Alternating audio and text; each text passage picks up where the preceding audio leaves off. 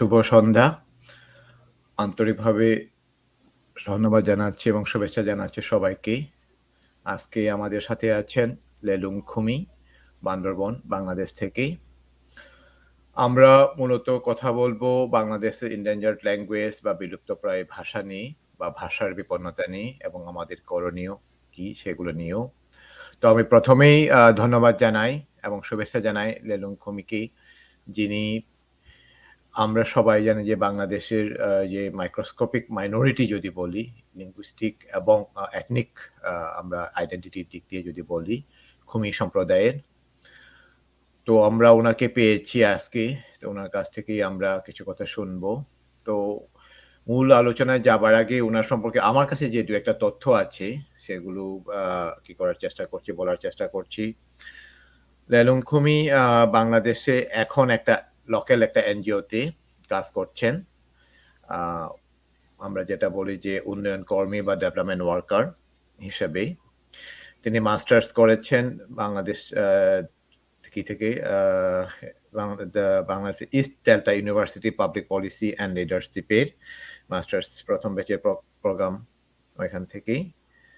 তারপরে তার আগে লেলুং খুমি অস্ট্রেলিয়াতে লেখাপড়া করেছেন। আ হলো আ লেখাপড়ার পাশাপাশি আমরা বলব যে ল্যাঙ্গুয়েজ যে কনসালটেন্ট হিসেবে, খুমি ল্যাঙ্গুয়েজের কনসালটেন্ট হিসেবে আমেরিকাতেও উনি এসেছিলেন। আমেরিকাতে আপনার নিউ হ্যাম্পশায়ারের যে ডার্টমাউথ কলেজে প্রফেসর ডেভিড এ পিটারসনের সাথে কাজ করেছেন অ্যাজ এ কনসালটেন্ট হিসেবে 1999 থেকে। তো এইগুলো হলো আমার কাছে পাওয়া বা যে বিষয়গুলো আছে একটু সংক্ষিপ্ত আ পরিচিতি। এর সাথে ২০১০ সালে উনি অস্ট্রেলিয়াতে যান অস্ট্রেলিয়ায় অ্যাওয়ার্ড স্কলারশিপ এর আন্ডারে। তিনি লেখাপড়া করেছিলেন নিউ সাউথ ওয়েলসের লিসমোরের সাউদার্ন ক্রস ইউনিভার্সিটিতে সোশ্যাল সায়েন্স তিনি কি করেন সোশ্যাল সায়েন্স মেজরে তিনি তার বিএসসি অনার্স করেন। তারপরেই বাংলাদেশে চলে আসেন এবং চিটাগাং হিল ট্র্যাকস এর বিভিন্ন জায়গায় বিভিন্ন এনজিওতে কাজ করা শুরু করেন। এনজিও এবং আমাদের পাবলিক গভর্নমেন্টের ইতে। তো যাই হোক উনার কাছে আমরা ১ম এ যাই। উনার নিজের আমরা যদিও একটা আমাদের মন্তব্য করে ২ টা ভিডিও দিয়েছি। অনেকেই দেখেননি। তো উনার কাছ থেকে আমরা তার যে লাইফ জার্নি একটু সংক্ষিপ্তভাবে জানার চেষ্টা করি। ধন্যবাদ লেলুং। আপনাকে শুভেচ্ছা জানাচ্ছি। আ আমরা আসলেই কৃতজ্ঞ যে আপনার কাছে যে আজকের এই অনুষ্ঠানে আপনাকে পেয়ে। এখন প্লিজ আপনার সম্পর্কে ২-১ টি কথা ১-২ মিনিটের জন্য বলবেন। তারপরে আমরা মূল আলোচনায় যাব। Sure. দর্শক মণ্ডলী এবং আজকের আয়োজক আম আম প্রমোদ দাদাকেও সবাইকে নমস্কার জানাচ্ছি। আমার ব্যাপারে দাদা যে ধরনের পরিচয় দিয়েছেন, আসলে তার পাশাপাশি আমি নিজেকে এভাবে বলতে চাই, মানে আমার পরিচিতি একটু যদি তুলে ধরি, তাহলে আহ, হয়তো আমাকে অনেকেই জানেন এবং অনেকে হয়তো নাও জানেন, চিনতে পারেন। আমি খুমি জাতিগোষ্ঠীর বাংলাদেশের বান্দরবান পার্বত্য জেলায় আপনার ৭টি উপজেলার মধ্যে ৩ উপজেলায় বসবাস করে। তারা excuse me, তারা রুমা, থানচি এবং রোয়াংছড়ি উপজেলায় বসবাস করে। জনসংখ্যা খুবই কম, তারা প্রায় ৩,০০০-এর মতো আছে। আমার জন্ম হচ্ছে আপনার কেওক্রাডং পাহাড়ের পাদদেশে খোলাইনপাড়া, যে রুমার বাজারের থেকে পায়ে হেঁটে যেতে ৩ ঘন্টা সময় লাগে। ওই জায়গায় আমি জন্মগ্রহণ করি। তো আমার মা-বাবা দুজনই জমিয়ার ছিলেন, জুম চাষী। আম আম বাবা মারা গেছেন, মা বেঁচে আছেন।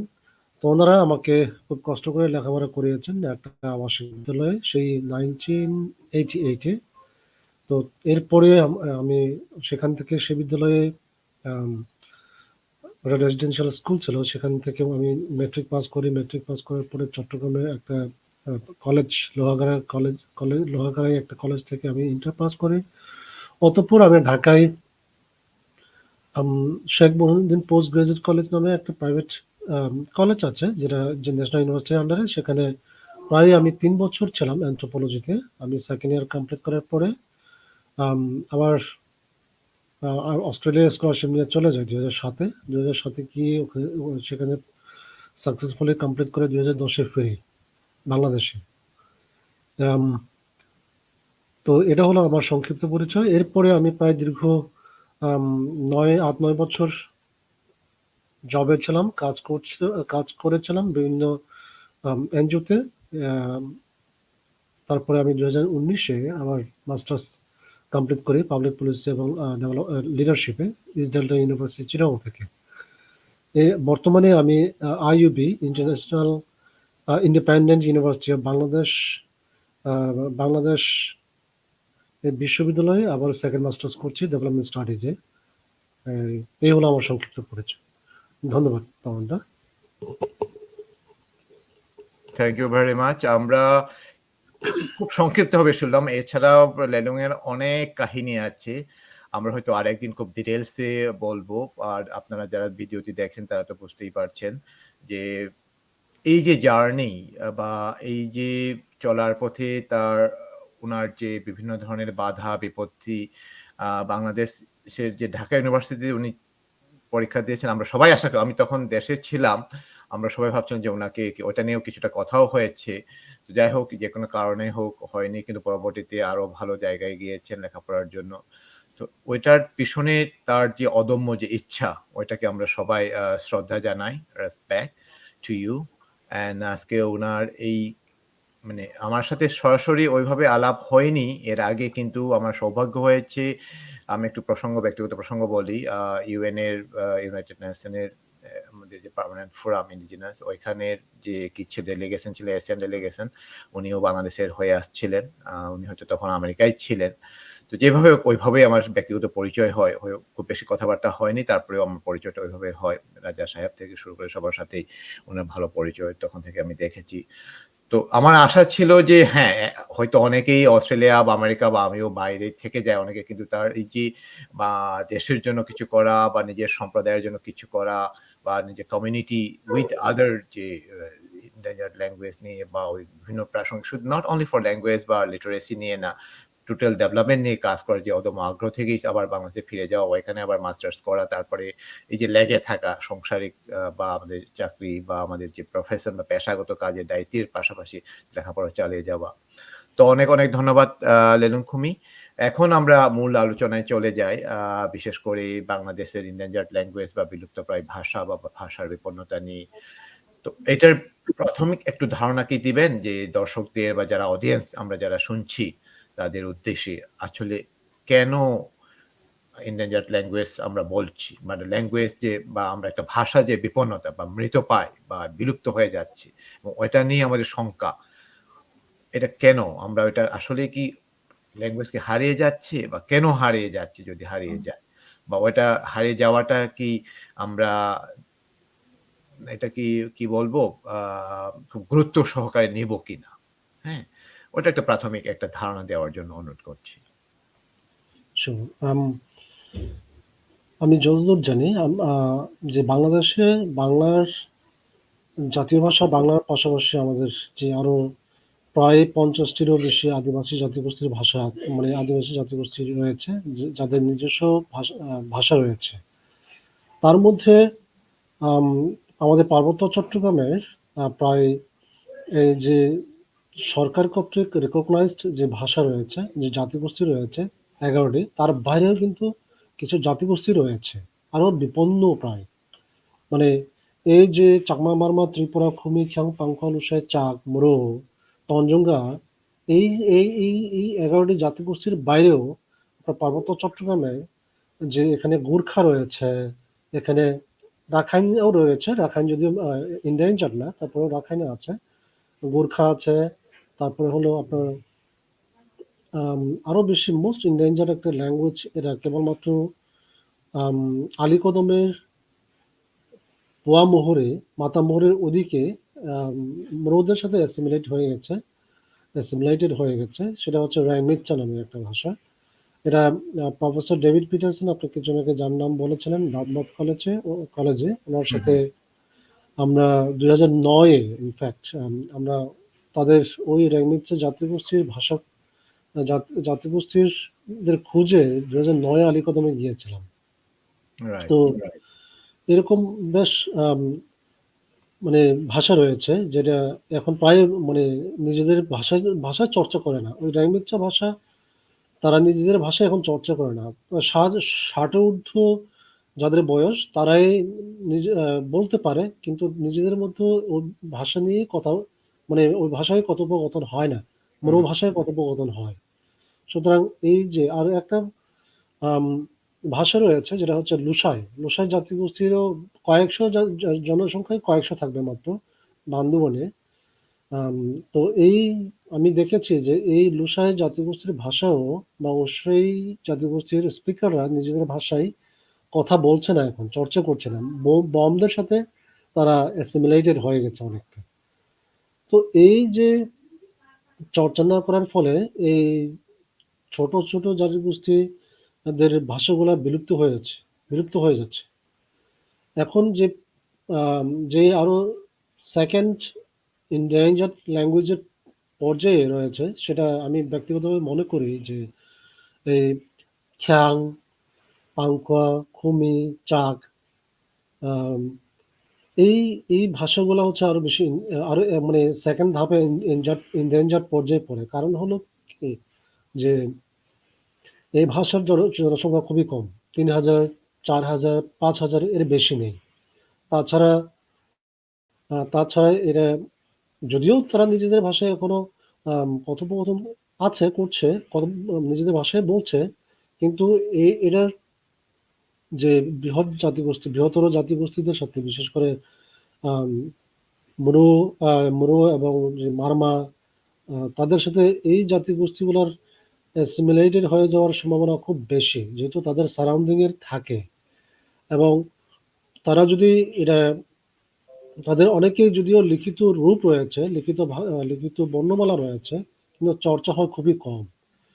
সুতরাং এই এই যে আমি যাদের কথা বলছি আম পাংখোয়া, লুসাই, পাংখোয়া, খিয়াং, খুমি, চাক, বম, ইনফ্যাক্ট বম যদিও প্রায় ১০-১৫ হাজার আছে।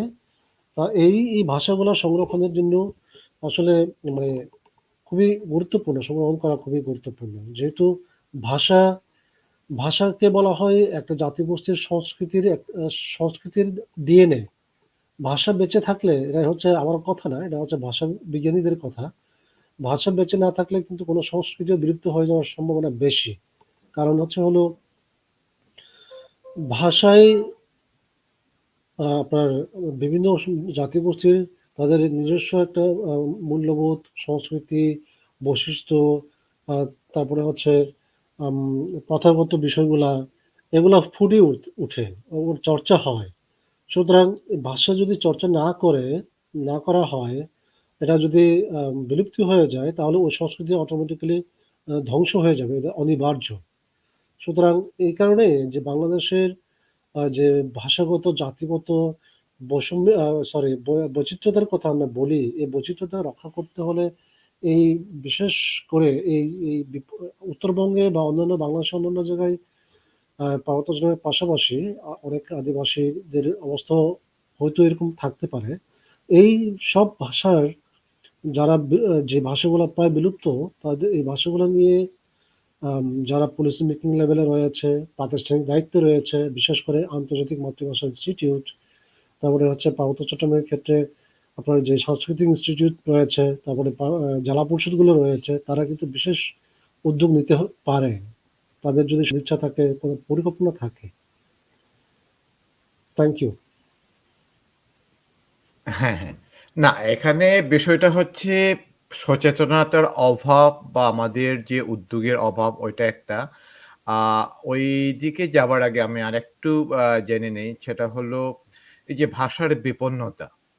আ আমরা যারা স্মল কমিউনিটি বা যারা আমরা সংখ্যায় অল্প, যেমন আমরা একটু আগেও বলেছি, আমি একটা চার্ট দেখাচ্ছি সবার কাছেই যে পৃথিবীর এই একই অবস্থা যে সবাই দেখছেন যে এখানে 3,894 smallest language in the world spoken by 0.13% only। মানে সারা পৃথিবীতে আমরা যদি বলি বিশ্বে মানে প্রায় ৪,০০০ এর কাছাকাছি ভাষাভাষী বা ভাষা মাত্র 0.13% ওরাই কথা বলছে। অন্যদিকে 75% মানে সরি 75 ল্যাঙ্গুয়েজ বা ৭৫ টি ভাষা আমাদের 79.5% পপুলেশন কথা বলছে।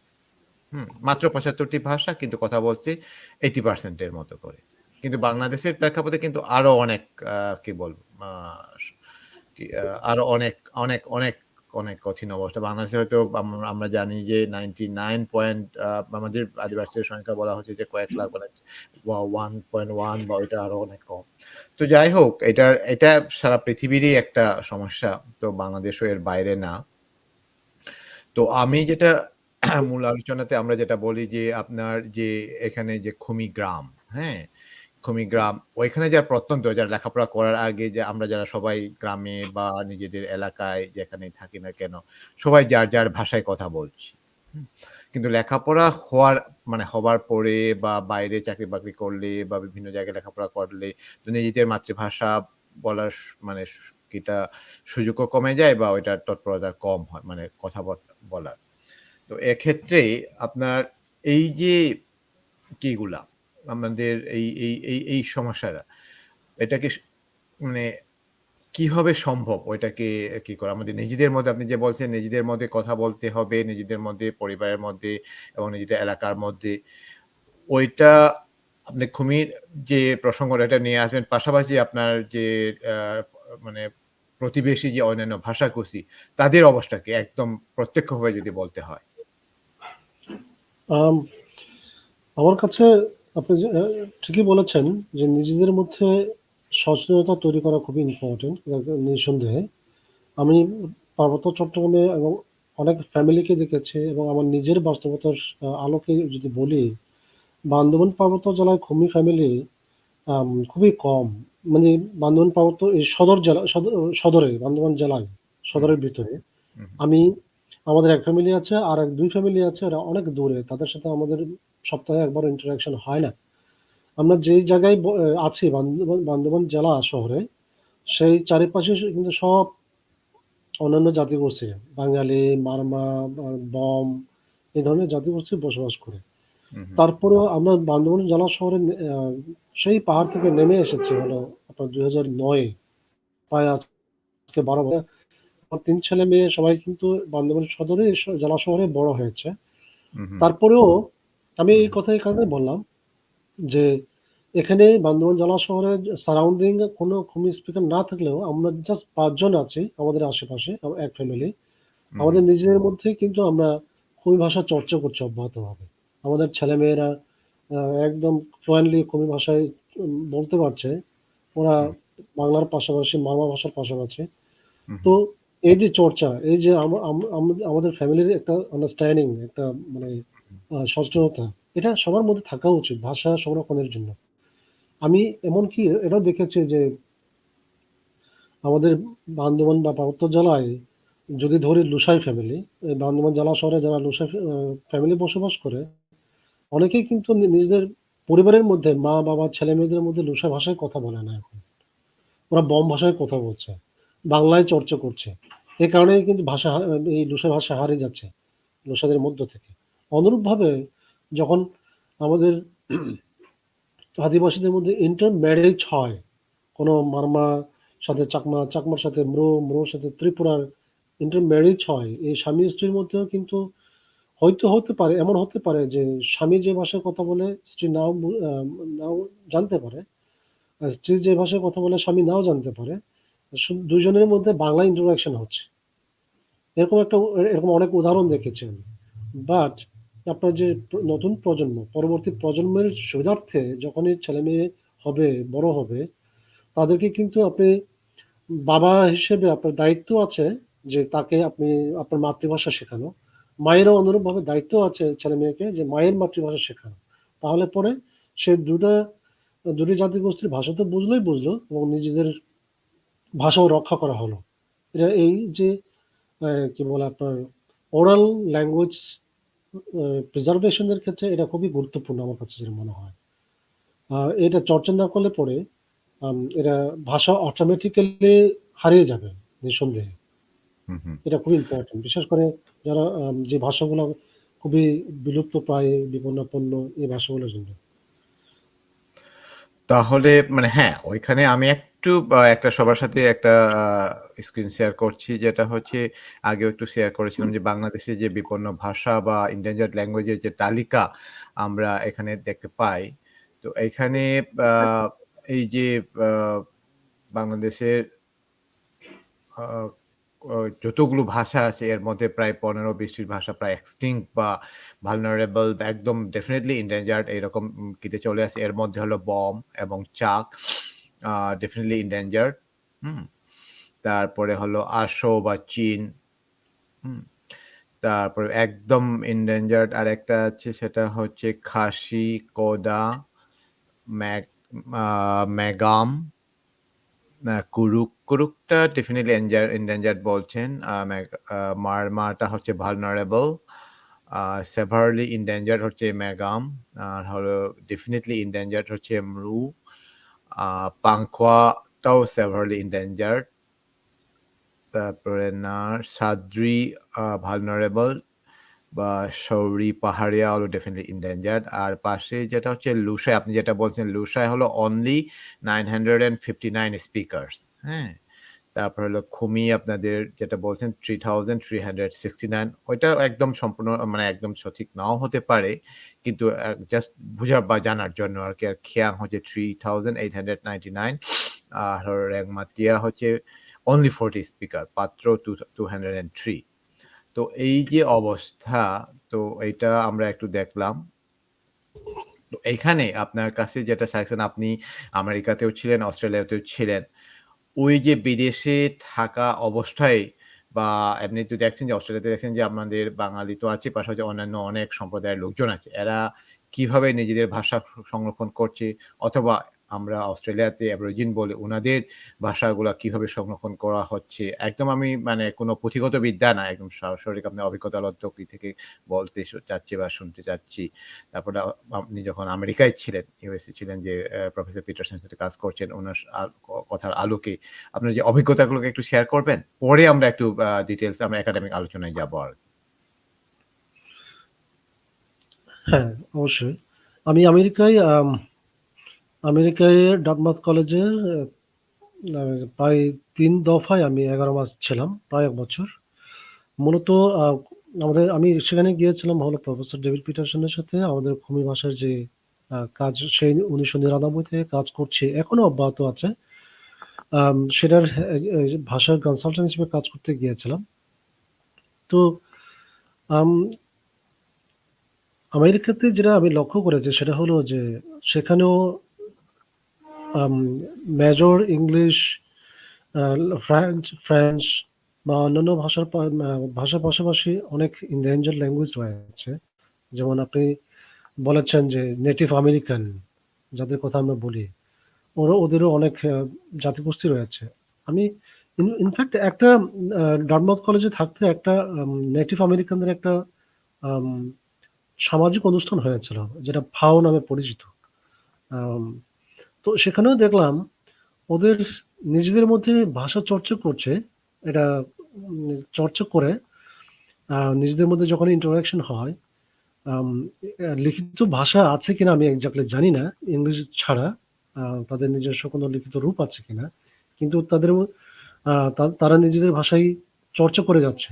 যদিও আমি বিশ্বাস করি যে এটা ওদের ভাষাও এখন প্রায় খুবই এখানে অনেক ফ্যাক্টরস থাকতে পারে endanger হওয়ার পেছনে।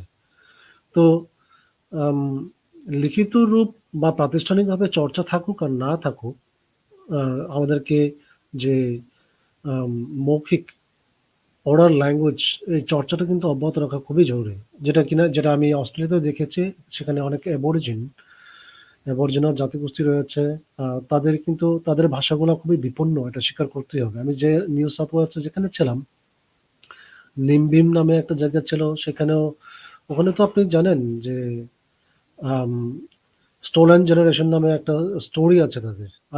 সেখানকার আদিবাসী অ্যাবরিজিনদেরকে যেভাবে রাষ্ট্রীয়ভাবে যেভাবে তাদের ভাষা, তাদের জাতিগোষ্ঠী, সংস্কৃতি ধ্বংস করে ফেলার একটা উম পাঁয়তারা চলছিল। এই সেটার কারণে অবশ্যই তৎকালীন প্রধানমন্ত্রী কেভিন রড জাতিসংঘে গিয়ে ক্ষমা চেয়েছেন। হ্যাঁ, ক্ষমা চেয়েছেন ভালো। এটাও একটা এক্সাম্পল যে তারা আম বিপদাপন্ন বা বিলুপ্তপ্রায় জাতিগোষ্ঠীর প্রতি যে অন্যায় করেছিল অতীতে, উনি তাদের আ সে মানে সে অন্যায় স্বীকার করে উনি ক্ষমা চেয়েছেন। তাদের প্রতি আ যত্নশীল হওয়ার জন্য, যত্নবান হওয়ার জন্য কমিটমেন্ট দিয়েছেন। এটা একটা রাষ্ট্রের সরকারের যে কমিটমেন্ট বা যে আ এটা সহানুভূতি, এটা খুবই গুরুত্বপূর্ণ। যদিও ভাষাটা অস্ট্রেলিয়াতে ভাষা কিন্তু আমি বলেছি আদিবাসী ভাষা, অনেক ভাষা অ্যাবরিজিন ভাষাগুলা কিন্তু সেই চর্চার অভাবে। সেই যে স্টোলেন জেনারেশনের পরে যে জেনারেশন গ্যাপ হয়ে গেছে, এটার কারণে তারা আ অনেক ভাষাগত যে একটা সমস্যায় অনেক পড়তে হয়েছে। যদিও তাদের সাংস্কৃতিক এবং অন্যান্য বৈশিষ্ট্যগুলা এখনো ধরে রাখছে। তারপরেও যে তাদের কোনো আমি যতদূর জানি তাদের কোনো লিখিত রূপ আমি দেখিনি। হয়তো থাকতে পারে অস্ট্রেলিয়াতে। তারপরে একটা যেটা সবচেয়ে ইম্পোর্টেন্ট আমি খেয়াল করেছি সেটা হলো যে অস্ট্রেলিয়াতে যে যত ইউনিভার্সিটি রয়েছে, এই ইউনিভার্সিটির আন্ডারে প্রায় প্রত্যেক ইউনিভার্সিটির আন্ডারে আপনি এনইউ বলেন, হ্যাঁ? কি বলে আপনার মনাস, মেলবোর্ন ইউনিভার্সিটি বা আমাদের লিসমোরে southern coast university, Queensland university, সব ইউনিভার্সিটিগুলোতে কিন্তু ইন্ডিজিনাস স্টাডিজ নামে একটা কলেজ রয়েছে। এটা হচ্ছে সবচেয়ে পজিটিভ। এটা রাষ্ট্রের বা সরকারের সদিচ্ছার প্রতিফলন। তাদের সেই আদিবাসী জাতিগোষ্ঠীদের বা শুধু ভাষা না, সংস্কৃতি থেকে শুরু করে জাতিগোষ্ঠী রক্ষার জন্য আম বিশেষ গুরুত্ব দেওয়ার জন্য, বিশেষভাবে গুরুত্ব দিয়ে তাদেরকে সেবা দেওয়ার জন্য, তাদের বিকাশে তাদের তাদের জীবন জীবিকা সংরক্ষণের জন্য যে বিশেষ একটা উদ্যোগ, এটা কিন্তু প্রশংসনীয়। এটা একটা উদাহরণ হতে পারে। আমি বাংলাদেশে যখনই আমি আপনার সেই সেরকম পলিসি মেকিং লেভেলের লোকের সাথে দেখা হয়, আ তারপরে ইউনিভার্সিটি টিচারদের সাথে দেখা হয়। আমি তাদেরকে বলি যে, "আপনার ঢাকা ইউনিভার্সিটি, চিটাগং ইউনিভার্সিটি, রাজশাহী ইউনিভার্সিটিতে আদিবাসী স্টাডিজ নামে একটা মানে বিভাগ খুলতে পারেন না কেন?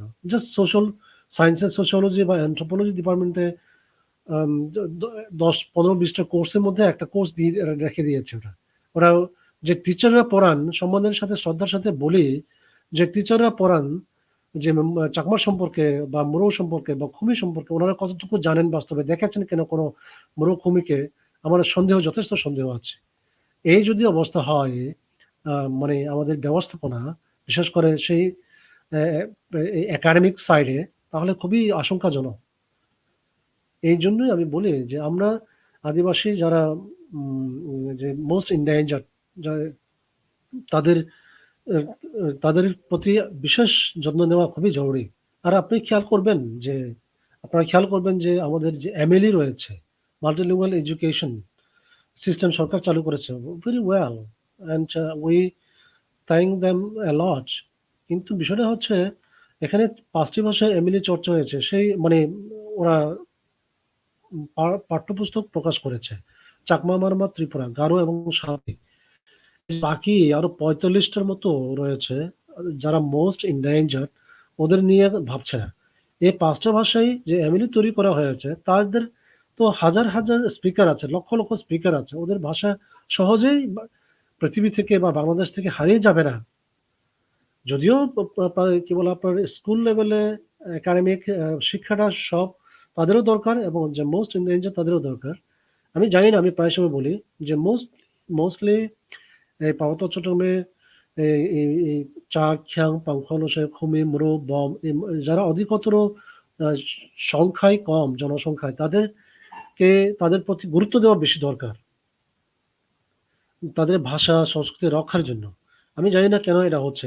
এই জাতিগোষ্ঠীগুলার সেই পলিসি মেকিং লেভেলে আ আ না থাকার কারণে কিনা যে আঞ্চলিক পরিষদ, জেলা পরিষদ, উন্নয়ন বোর্ড, পার্বত্য চট্টগ্রাম বিষয় মন্ত্রণালয় অথবা ওইসব লেভেলে না থাকার কারণে কিনা ইগনোর করা হচ্ছে, আমি জানি না এক্সাক্টলি। কিন্তু গুরুত্ব দেওয়া উচিত ওই জায়গায় মূলত। রাইট।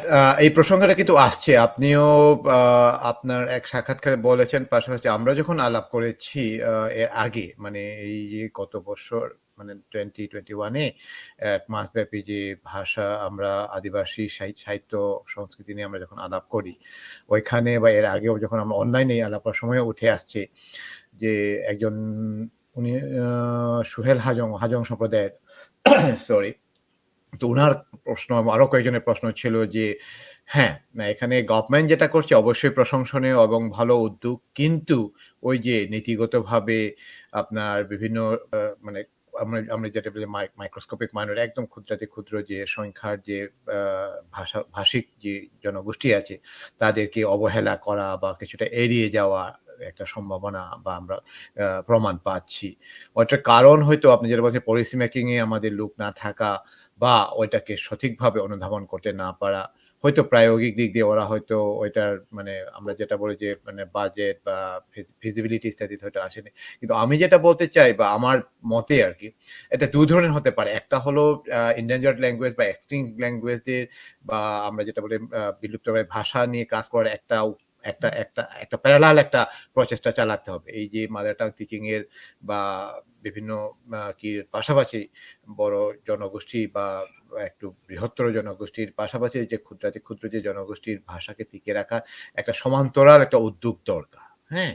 সেটা একটা হলো যে মানে যেভাবে আমরা স্কুল কেন্দ্রিক বা একদম পাঠ্যপুস্তক তৈরি করে একদম হাজার, হাজার পাঠ্যপুস্তক। কিন্তু আরেকটা হলো একদম আপনি যেটা বলছেন যে একদম আ একটা সম্প্রদায় ভিত্তিক বা একটা মানে স্পিকার একেকটা সম্প্রদায়ের একেকটা স্পিকারের কি ধরে ধরুন আজকে ধরেন আপনার আমরা যে লিস্টে আমরা দেখি যে কয়েকটা আছে যে কয়েক হাজারের ৭,০০০, ১০,০০০ বা ৩,০০০, ৪,৫০০ ঠিক আছে? তো ওইটার আলাদা একটা যদি এটা খুব বেশি মানে বাজেট বা এটা একটা টাকা পয়সার ব্যাপার না। এখানে একটা মনের ব্যাপার বা একটা উদ্যোগের ব্যাপার। তাই না? হুম, তো যাই হুম, হোক হুম, ওইটার একটা অপশন আপনি সাজেশন করছেন। আমরাও এটা চিন্তা করছি বা আমরা বলার চেষ্টা করছি। কিন্তু আপনি কি কখনো কি কোনো ঊর্ধ্বতন কর্তৃপক্ষ আপনি যেহেতু এনজিও লেভেলে বা হয়তো অনেক সময় হয়তো বা গভর্নমেন্টের পলিসি মেকিং লেভেলের অনেকের সাথে হয়তো দেখা হয়েছে। একাডেমিক কিতে আপনি যেটা বলছেন ইউনিভার্সিটিতে ওইটা নিয়েও আমরা অনেক কথা বলেছি। তো অনেকের অনেক ধরনের অজুহাত বলি বা অপারগতা প্রকাশ করেছেন সেটা হয়তো জানি না কেন। ওইটা নিয়েও আমরা আলাপ করব। কিন্তু আপনার দিক থেকে কোনোভাবে ওইটা নিয়ে ডিসিশন মেকিং লেভেলে বা একাডেমিক লেভেলেও যদি আলাপ হয়ে থাকে বা হওয়ার যদি কোনো মানে কোনো অভিজ্ঞতা যদি থাকে ওইটাও যদি মানে শেয়ার করবেন আরকি যদি আগে মানে ধরেন এই কয়েক বছর তো আপনি দেশেই আছেন। তখন আপনি কোনোভাবে ওইটা নিয়ে কথা বলা বা কি করা বা যে লেটেস্ট যদি কোনো কি থাকে ইনফরমেশন থাকে, তথ্য থাকে অমুক ইউনিভার্সিটি এটা করছে বা অমুক হুম, সম্প্রদায়ের এটা করছে। সেটা হুম, এনজিও থেকে হতে পারে বা গভর্নমেন্ট থেকে হতে পারে বা ব্যক্তি উদ্যোগ থেকেও হতে পারে। হুম, হুম। ভাষা তো রক্ষার ক্ষেত্রে। ডেফিনিটলি হুম, হুম। ভাষা রক্ষার ক্ষেত্রে প্রাতিষ্ঠানিকভাবে কিছু উদ্যোগ নিয়েছে, যদিও এটা আশানুরূপ না। আমি প্রাতিষ্ঠানিক উদ্যোগ নেওয়ার বিষয়টা নিয়ে আলোচনায় যাওয়ার আগে যে এই endangered ভাষার জাতিগোষ্ঠীরা তারা কিভাবে নিজেদের ভাষা সংরক্ষণের জন্য, বিকাশের জন্য উদ্যোগ নিচ্ছে বা নিয়েছে এটা নিয়ে একটু কথা বলতে চাই। এ প্রসঙ্গেই অবতরণ করতে চাই। সেটা হলো যে আমি যদি বলি ম্রো অথবা খুমি অথবা আ আম অথবা বম এই জাতিগোষ্ঠীগুলোর কিন্তু ওই যে সরকার কর্তৃক বা রাষ্ট্র কর্তৃক সহযোগিতা নিয়ে নিজেদের ভাষা সংরক্ষণের জন্য কোনো ধরনের এখনো পর্যন্ত সেরকম সুযোগ সুবিধা পায়নি। কিন্তু তারা এই যে তাদের নিজেদের বর্ণমালা আছে, এই বর্ণমালা তৈরি করেছে। বর্ণমালা দিয়ে গ্রামে, গ্রামে আ আম আ সামাজিক উদ সমাজ সমাজে সামাজিক সংগঠনের উদ্যোগে যুব সমাজ রয়েছে। তারপরে হচ্ছে এখানে বিভিন্ন ধরনের তাদের মধ্যে গ্রামে আম আ কি বলে যুব সংগঠন রয়েছে অথবা জাতিগতভাবে সোশ্যাল কাউন্সিল রয়েছে। তাদের উদ্যোগে কিন্তু এগুলা চর্চা হচ্ছে। এটা খুবই মানে ব্যঞ্জক, আশাবাণী। আ এটা খুবই দরকার আছে। এটা পজিটিভ দিক। যদিও তারা যে কিছুক্ষণ আগে যেটা বললাম যে সরকার ৫ টি ভাষাই একাডেমিক পাঠ্যপুস্তক তৈরি করে দিয়েছে। কিন্তু এই বাকিদের ক্ষেত্রে তৈরি করে দেয়নি এখনো পর্যন্ত। তো এই ধরনের যে সামাজিক উদ্যোগ বা নিজেদের মধ্যে ব্যক্তিগত উদ্যোগ নিয়ে তারা কিন্তু এটা চর্চা করে যাচ্ছে, এটা খুব পজিটিভ দিক। প্রশংসা করতেই হবে। আর প্রাতিষ্ঠানিক উদ্যোগের কথা যদি বলতে যাই, আমি যতদূর জানি জেলা পরিষদের বান্দরবনে বিশেষ করে জেলা পরিষদকে আমি আম যখনই সুযোগ পাই, যখনই প্রসঙ্গ আসে আমি প্রায় সময় বলি মানে এই ছোট, ছোট জাতিগোষ্ঠী, আদিবাসী বা ভাষা গোষ্ঠীদের নিয়ে শুধু ভাষা সংস্কৃতি সংরক্ষণের জন্য না, তাদের উন্নয়নের জন্য বিভিন্ন ধরনের পরিকল্পনা গ্রহণ করতে, পলিসি ডেভেলপ করতে, তাদেরকে ইনক্লুড করার জন্য। বিশেষ করে শুধু জেলা পরিষদ কেন, আমি পার্বত্য চট্টগ্রামের যত উন্নয়ন আ কার্যক্রমের সাথে জড়িত সরকারি, বেসরকারি সুযোগ যখনই হয়, আমি তো আর আমার কথায় কে কত গুরুত্ব দিল না দিল সেটা আমি মানে খুব একটা বিবেচনা করি না। কারণ আমার বলার দায়িত্ব আমি বলেছি। আমি যেহেতু আমাকে কে গুরুত্ব দিল না দিল এটা হচ্ছে তাদেরই বিষয়। কারণ হচ্ছে আমি পলিসি মেকিং লেভেলে কেউ না। আমি একজন রাইট। সচেতন শিক্ষিত এবং আমার বিবেক আছে। আমার কাছে মনে হয়েছে বিষয়টা নিয়ে আলোচনা করা দরকার, আমি করেছি। এরপরে আমি খুব সম্ভবত এটা ২০০০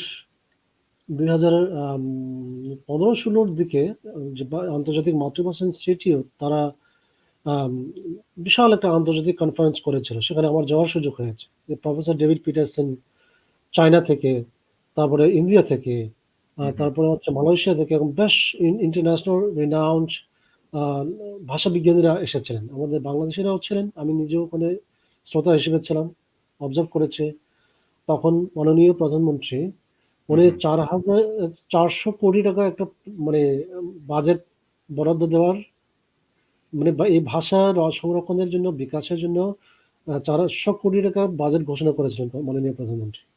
আচ্ছা। এটা কোন পর্যায়ে রয়েছে আমি জানি না। এই ২-১ বছরের পরে একটা কমিটি বিভিন্ন ইউনিভার্সিটি লেভেলের আ লিঙ্গুইস্টিক ডিপার্টমেন্টের, অ্যানথ্রোপোলজি ডিপার্টমেন্টের আম কিছু আ মানে গ্রুপ আমাদের হুম, হুম। বান্দরবান জেলায় এসেছিলেন গবেষণা করতে।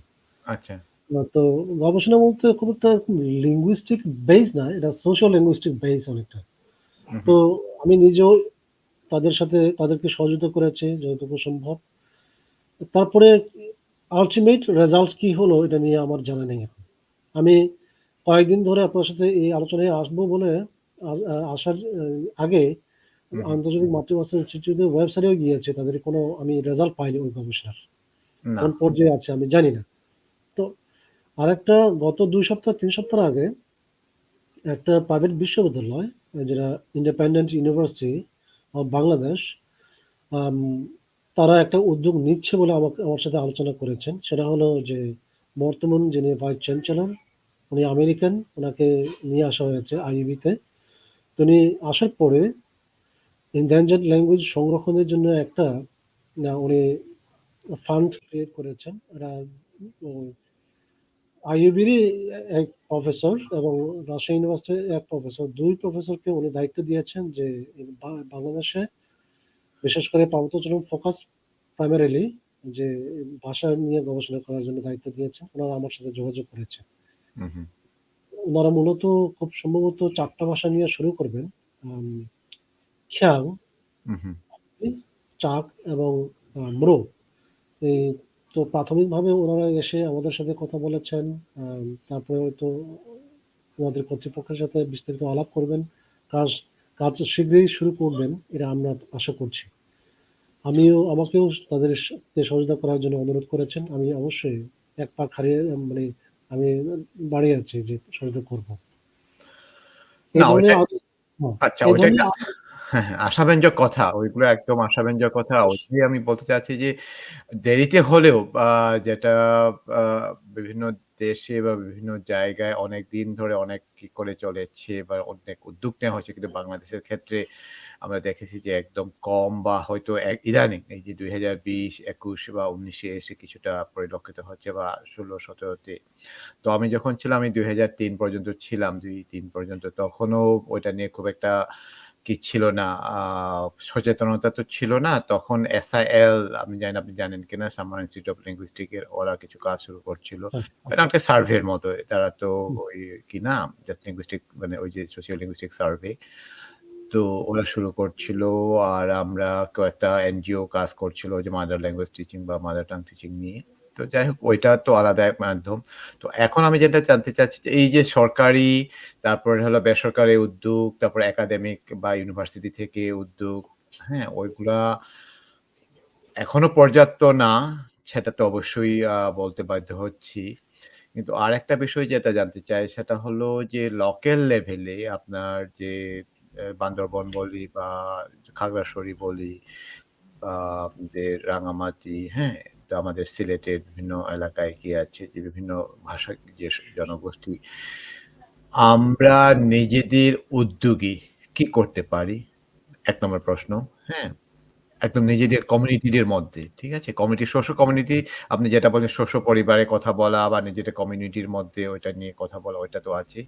কিন্তু আমাদের কমিউনিটির মধ্যে এটা নিয়ে যে হয় না যে আ আমরা এক ধরনের সচেতনতা, হ্যাঁ? awareness build up যেটা বলে, মানে হুম। এনজিওর ভাষায় awareness build up বা capacity build up, হুম? তো ওই ধরনের আমি মূলত আমি আ একদম পপুলার টার্ম আপনি ইউজ করতে পারেন বা আপনার যদি নিজেদের নিজস্ব কোনো যদি টার্ম ইউজ করতে পারেন, ওইটাও বলবেন। ঠিক আছে? আমাদের কমিউনিটির দিক থেকে কি করা যেতে পারে?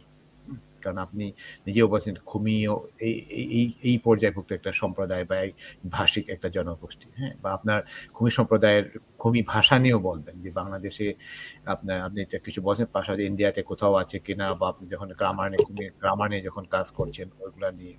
আমি আমি আমি আমাদের এই যে কমিউনিটি বেস যে লার্নিং বা কমিউনিটি বেস যে আমাদের যে উদ্যোগ কি করা যায় ওইদিকে একটু আলোকপাত করতে চাই আরকি। আপনার যদি কোনো জি, একটু ডিটেইলস যদি বলতে চান, মানে একটু বলেন। হুম। কমিউনিটি থেকে কি উদ্যোগ করা নেওয়া দরকার? আম আমি মনে হয় আমার আলোচনায় কাজ করেছি। তারপরেও আবার একটু আবার একটু, হ্যাঁ, আবার আম একটু। হ্যাঁ, আবার একটু বিষয়টা নিয়ে আলোচনা করি। সেটা হলো আমার কাছে যেটা মনে হয়েছে যে নিজেদের যেহেতু ভাষা রক্ষার ক্ষেত্রে বা ভাষা রক্ষার ক্ষেত্রে মূলত নিজেদের দায়িত্বই বেশি। যে ভাষার স্পিকার ওই ভাষারই মানুষেরই দায়িত্বই বেশি। সুতরাং আম সরকারের পৃষ্ঠপোষকতা যদি না থাকে, না পায় বা প্রাতিষ্ঠানিক কোনো বেসরকারি সহযোগিতা না পায়ও, তারপরেও আমার কাছে মনে হয় যে নিজেদের উদ্যোগে আম নিজেদের উদ্যোগে বলতে সেই জাতিগোষ্ঠীর মা আ নি আ স মানুষের যে মানুষদের যে সামাজিক সংগঠনগুলো রয়েছে অথবা আম দ যে যেভাবে তারা ধর্মের প্রয়োজনে, সমাজের প্রয়োজনে চর্চা করছে, সেই আঙ্গিকেও তারা চালিয়ে যেতে পারে। যেমন আমি বলেছি যে আমাদের খুমিরা বাংলাদেশে এই খুবই ভাষা লিখিত রূপ মানে আগে প্র্যাকটিস করতো না। আগে বলতে আজ থেকে ১৫-২০ বছর আগে ২-১ জন ছাড়া, হাতে গোনা ২-১ জন ছাড়া চর্চা করতই না। এটাকে একটা নেগেটিভ ধারণা করা হতো যে খুমি ভাষা লিখিত রূপ শিখলে পরে তারা খ্রিস্টান হয়ে যাবে। যেহেতু এটা আম মায়ানমারের সংখ্যাগরিষ্ঠ চীন স্টেটের পালারোয়া এলাকায় সংখ্যাগরিষ্ঠ খুমিরা যারা শিক্ষিত তারা বাংলাদেশে এসে আমাদেরকে বাংলাদেশের খুমিদেরকে এই লিখিত রূপ ইন্ট্রোডিউস করে দিয়ে গেছে এবং আম যারা শিখেছে সে ভাষায় মানে লিখিত রূপ তারা কিন্তু অনেকেই খ্রিস্টান ধর্মে কনভার্ট হয়েছে। মানে বিশ্বাস করেছে। এই সেন্স থেকে বাংলাদেশের খুমিরা বিশ্বাস মানে ধারণা করতো যে লিখিত রূপ চর্চা করলে পরে তারা প্রকৃতি পূজারী থেকে খ্রিস্টান ধর্মে কনভার্ট হয়ে যাবে। এরকম একটা নেগেটিভ সেন্স ছিল। পরে এখন আমাদের জেনারেশন বা আমার ছেলেমেয়েদের জেনারেশন কিন্তু এই ধারণাটা ভুল মনে করেছে। সবাই মূলত যে ইয়াং জেনারেশন ২০ বছরের নিচে যারা আছে, গ্রামে, জি। গ্রামে খুবই নিজেদের ভাষায় শিখতে পারা মানে শিখছে।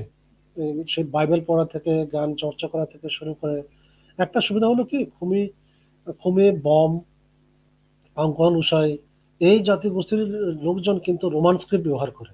সুবিধা হলো এই নিজেদের রোমান স্ক্রিপ্ট ব্যবহার করার কারণে যখন নিজেদের ভাষায় লিখিত রূপ চর্চা করে, তখন তারা ইজিলি, খুব সহজে, ওই যে আপনার হিসাব নিকাশ থেকে শুরু করে মোবাইল বা ইন্টারনেট যোগাযোগ করা থেকে শুরু করে খুব সহজে শিখে ফেলে নিজেদের ভাষায়।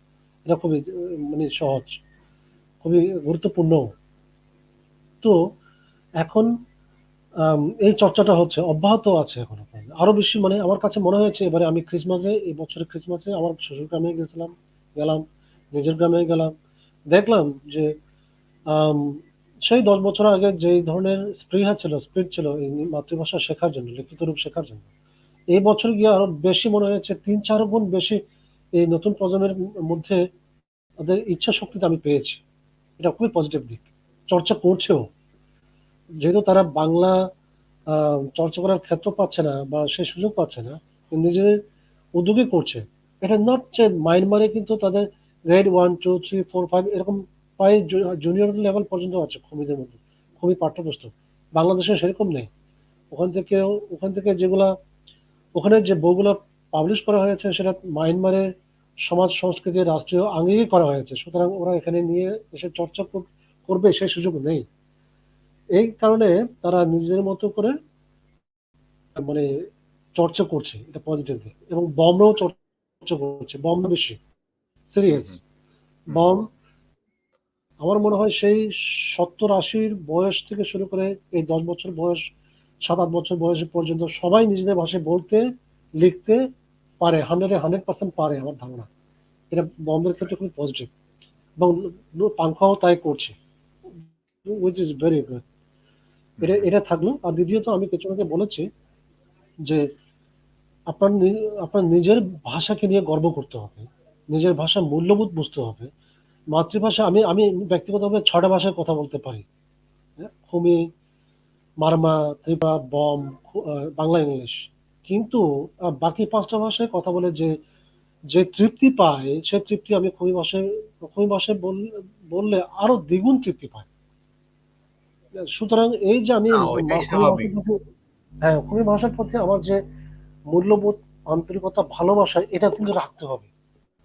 আপনি আপনি যে ভাষার পরিবারে জন্মগ্রহণ করেন না কেন, এটা আপনার আমরণ কিন্তু চর্চা করে যেতে হবে। আপনার জেনারেশন পাস করে যাওয়ার একটা টেন্ডেন্সি থাকতে হবে, ইচ্ছা শক্তি থাকতে হবে। ধরেন আপনি বা আমি বা অন্য কেউ নিজ ভাষিক বাইরে কোনো নারীকে যদি আমরা বিয়ে করি, মহিলাকে যদি বিয়ে করি, সেই ভাষা দুই স্বামী স্ত্রীর মধ্যে একই ভাষা না হলে পরে আমরা বাংলায় সুইচ করি অথবা ইংলিশে কথা বলি ফ্যামিলিতে। এটা চর্চা করুক, কিন্তু আমাদের জেনারেশনদের, নতুন জেনারেশনের কাছে সাথে কিন্তু যে আপনার মাতৃভাষায় কথা বলা, এটা অব্যাহত রাখা উচিত। অন্যথায় এটা মানে আপনার মাতৃভাষায় ওই হারিয়ে যাবে। এটা আমি বান্দরবান, পার্বত্য চট্টগ্রামে অনেক ফ্যামিলি দেখেছি, অত্যন্ত দুঃখজনক। আমি প্রায় সময়, যদি আমার সমবয়সী হয়, আমার জুনিয়র হয়, আমি তাদেরকে এনকারেজ করি, এটা ভুল, এটা করবেন না। আপনার ছেলে মেয়ের সাথে আপনার কথাই, আপনার মাতৃভাষায় কথা বলবেন। আপনার মিসেসকে বলেন তার মাতৃভাষায় কথা বলতে, আমি এই ধরনের এনকারেজ করি। যদি সিনিয়র হয়, আমি প্রায় সময় এড়িয়ে যাই। এটা হলো বিষয়। না এড়িয়ে যাওয়ার কথা না। আমরা ওই প্রসঙ্গটা আমিও আসতে চাচ্ছিলাম। এই যে নিজেদের মাতৃভাষায় কথা বলতে লজ্জা পাওয়া বা হুম, একটু সংকোচ বোধ করা ওইটা ১ম দিকে সব সম্প্রদায়ের মধ্যে থাকে। কিন্তু যখন সচেতনতা বাড়ে তখন কিন্তু ওইটা বাড়ে বলে সচেতনতা বাড়াইতে হয়। কাউকে না কাউকে দায়িত্বটা নিতে হয়। হ্যাঁ? সেটা মণিপুরীদের কথাই বলি বা এমনকি চাকমারাও বা মারমা, ত্রিপুরা যারা বড় সংখ্যায় যারা মানে বেশি তারাও কিন্তু বাইরে মানে ঢাকাতে বা বিভিন্ন বাংলাদেশের আরকি বিভিন্ন জায়গায় আসলে নিজেদের মধ্যে ১ম দিকে, এখন না অনেক আগে আরকি নিজেদের মধ্যে কথা বলতে সংকোচ বোধ করত। মানে মণিপুরীরা তো সিলেটেই একদম টাউনের মধ্যে কথা বলতেই চাইতো না আরকি। হুম? তো ওইটা এক ধরনের আমরা আন্দোলন বলি বা এক ধরনের সচেতনতা মানে awareness build up করে সামাজিকভাবেই এবং হুম। শিল্প সাহিত্যের চর্চার মাধ্যমে ওইটাকে মানে কি বলবে ধরে রাখতে হয়। তো এখানে আমি আরেকটা প্রসঙ্গ আনতে চাই যে কিছু আ মানে ভাষিক যেমন মণিপুরি বলি বা চাকমা এই যে ইনজেপ চাকমা যেটা উনি উল্লেখ করেছেন। এখানে লিঙ্কও দিয়েছেন যে স্ব-উদ্যোগে কোনো সরকারি না, কোনো কি না, কোনো এনজিওর সহযোগিতা ছাড়া অনেক আমাদের মণিপুরীদের মধ্যেও আছে, চাকমাদের, মারমাদের, ত্রিপুরাদের অনেকের মধ্যেই আছে যে নিজেরাই একটা উদ্যোগ নিয়ে একটা স্কুল খুলে ফেলা বা কেউ অনলাইনে বা কেউ নিজের আঙিনায়, কেউ স্কুল প্রাঙ্গণে এভাবে অনেকেই অনেকভাবে উদ্যোগ নিতেছে। হ্যাঁ? এটা একটা উদাহরণ যে কারোর প্রয়োজন নেই। আমি জানি যেহেতু বর্ণমালা যাদের বর্ণমালা আছে অথবা কেউ মডিফাইড রোমান স্ক্রিপ্ট, কেউ বাংলা স্ক্রিপ্ট মানে বাংলা আমরা মণিপুরেও বাংলা এখনো ব্যবহার করি। আমাদের নিজস্ব স্ক্রিপ্ট থাকা সত্ত্বেও। তো যে ভাষার যে স্ক্রিপ্ট বা যে বর্ণ ব্যবহার করে ওইটা দিয়ে নিজেদের কি থেকেও চর্চা করার এখন একটা চল বা একটা প্রবণতা দেখা যাচ্ছে। আমি যেটা বলি খুবই পজিটিভ। হুম? তো আশা করছি আপনার খুমি বা জিংসাও আপনাকে এটা বলেছেন আমাদের জিরকুং শাহ আলোচনায় বলেছেন বোমদের যে আগে এখন তাও কিছুটা কি মানে প্রচুর মানে কি হতো মানে চর্চা হতো। মানে বাংলা অনেকেই বাংলা বলতে পারত না বা ইংরেজি বলতে পারত না কিন্তু নিজের ভাষায় মানে মডিফাইড রোমান স্ক্রিপ্ট ওইটা লিখতে পারতো সবাই। যে আনুষঙ্গিক সাংসারিক খরচ থেকে শুরু করে সবকিছুই ওইটা দিয়ে চর্চা হতো। কিন্তু এই যে বাংলা ভাষা বা ইংরেজি শিখার পরে যে নিজের মাতৃভাষা চর্চা বাদ দেওয়া বা ওইটা থেকে ছড়িয়ে মানে পিছিয়ে পড়া বা সরিয়ে আসা ওইটা অনেক সময় হয়ে যায়। তো আরেকটা প্রসঙ্গে চলে যাই আমরা। এখন আপনি যে আ কিতে আছেন, যে এনজিওতে আছেন, কথায় কথা বা আমরা অনেক সময় অনেক এনজিও তো কি করে, না? কাজ করে লিটারেসি নিয়ে বা ডেভেলপমেন্ট নিয়ে। তো এনজিওদের আমি একজন এনজিও কর্মী হিসেবে বলছি, আমি নিজেও একজন ছিলাম। তো এনজিওদের কোনো কি তৎপরতা আছে বা তাদের মধ্যে এইসব ক্ষেত্রে অনীহা কেন? বা এটা নিয়ে সচেতনতার অভাব নাকি না ফান্ডিং এর অভাব নাকি না কিসের অভাবে এনজিও থেকেও আমি খুব একটা তৎপরতা দেখতে পাচ্ছি না। বিশেষ করে endangered ল্যাঙ্গুয়েজ মানে প্রিজার্ভিং endangered ল্যাঙ্গুয়েজ বা এটার মানে মানে মানে কোনো হয়তো আছে হয়তো বিচ্ছিন্নভাবে ২-১ টা। কিন্তু এনজিওদের মধ্য থেকে খুব একটা আ প্রজেক্ট বলি বা প্রোগ্রাম বলি খুব একটা দেখা যায় না। আমি জানি না এখনো সেই অবস্থায় আছে কিনা। আম না, আপনি ঠিকই বলেছেন। এনজিওদের ভাষা নিয়ে কাজ করার এনজিওর সংখ্যা আমি খুব কম দেখেছি এখন। নাই বললেই চলে পার্বত্য চট্টগ্রামে আমার জানা মতে। আম যদিও আপনি বলেছেন কিছুক্ষণ আগে যে সিল্ক এবং ব্র্যাক তারা কাজ করেছিল। কিন্তু এখন তাদেরও এই ধরনের ভাষা নিয়ে কাজ করার আমার জানা নেই আছে কিনা। এটা কেন হয়? এটা তারাই হয়তো ভালো বলতে পারবে। আর আমার কাছে মনে হয়েছে যে পার্বত্য চট্টগ্রামে বা যেখানেই হোক এনজিওর কার্যক্রম মূলত অনেকটাই যে আম আপনার লোকাল ডিমান্ড এর চেয়েও যে ডোনারদের ডিমান্ড বেসড এক্টিভিটিসই মানে প্রোগ্রামই গ্রহণ করা হয় বেশি।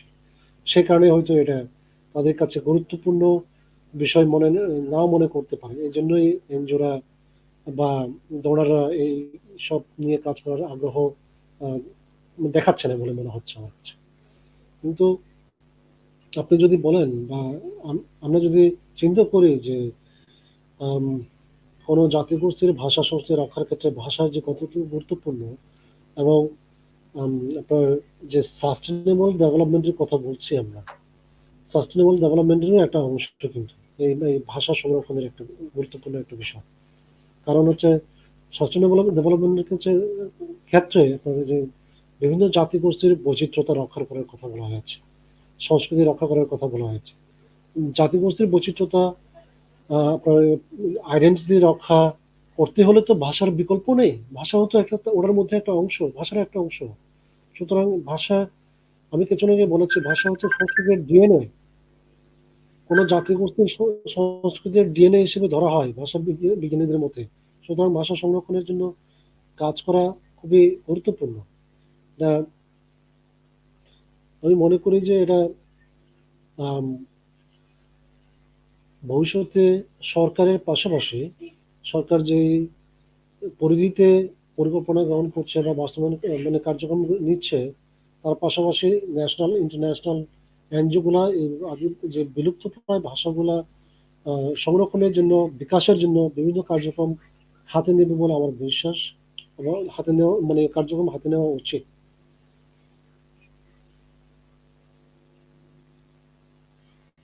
সরি, আমার একটা ফোন আসছিল।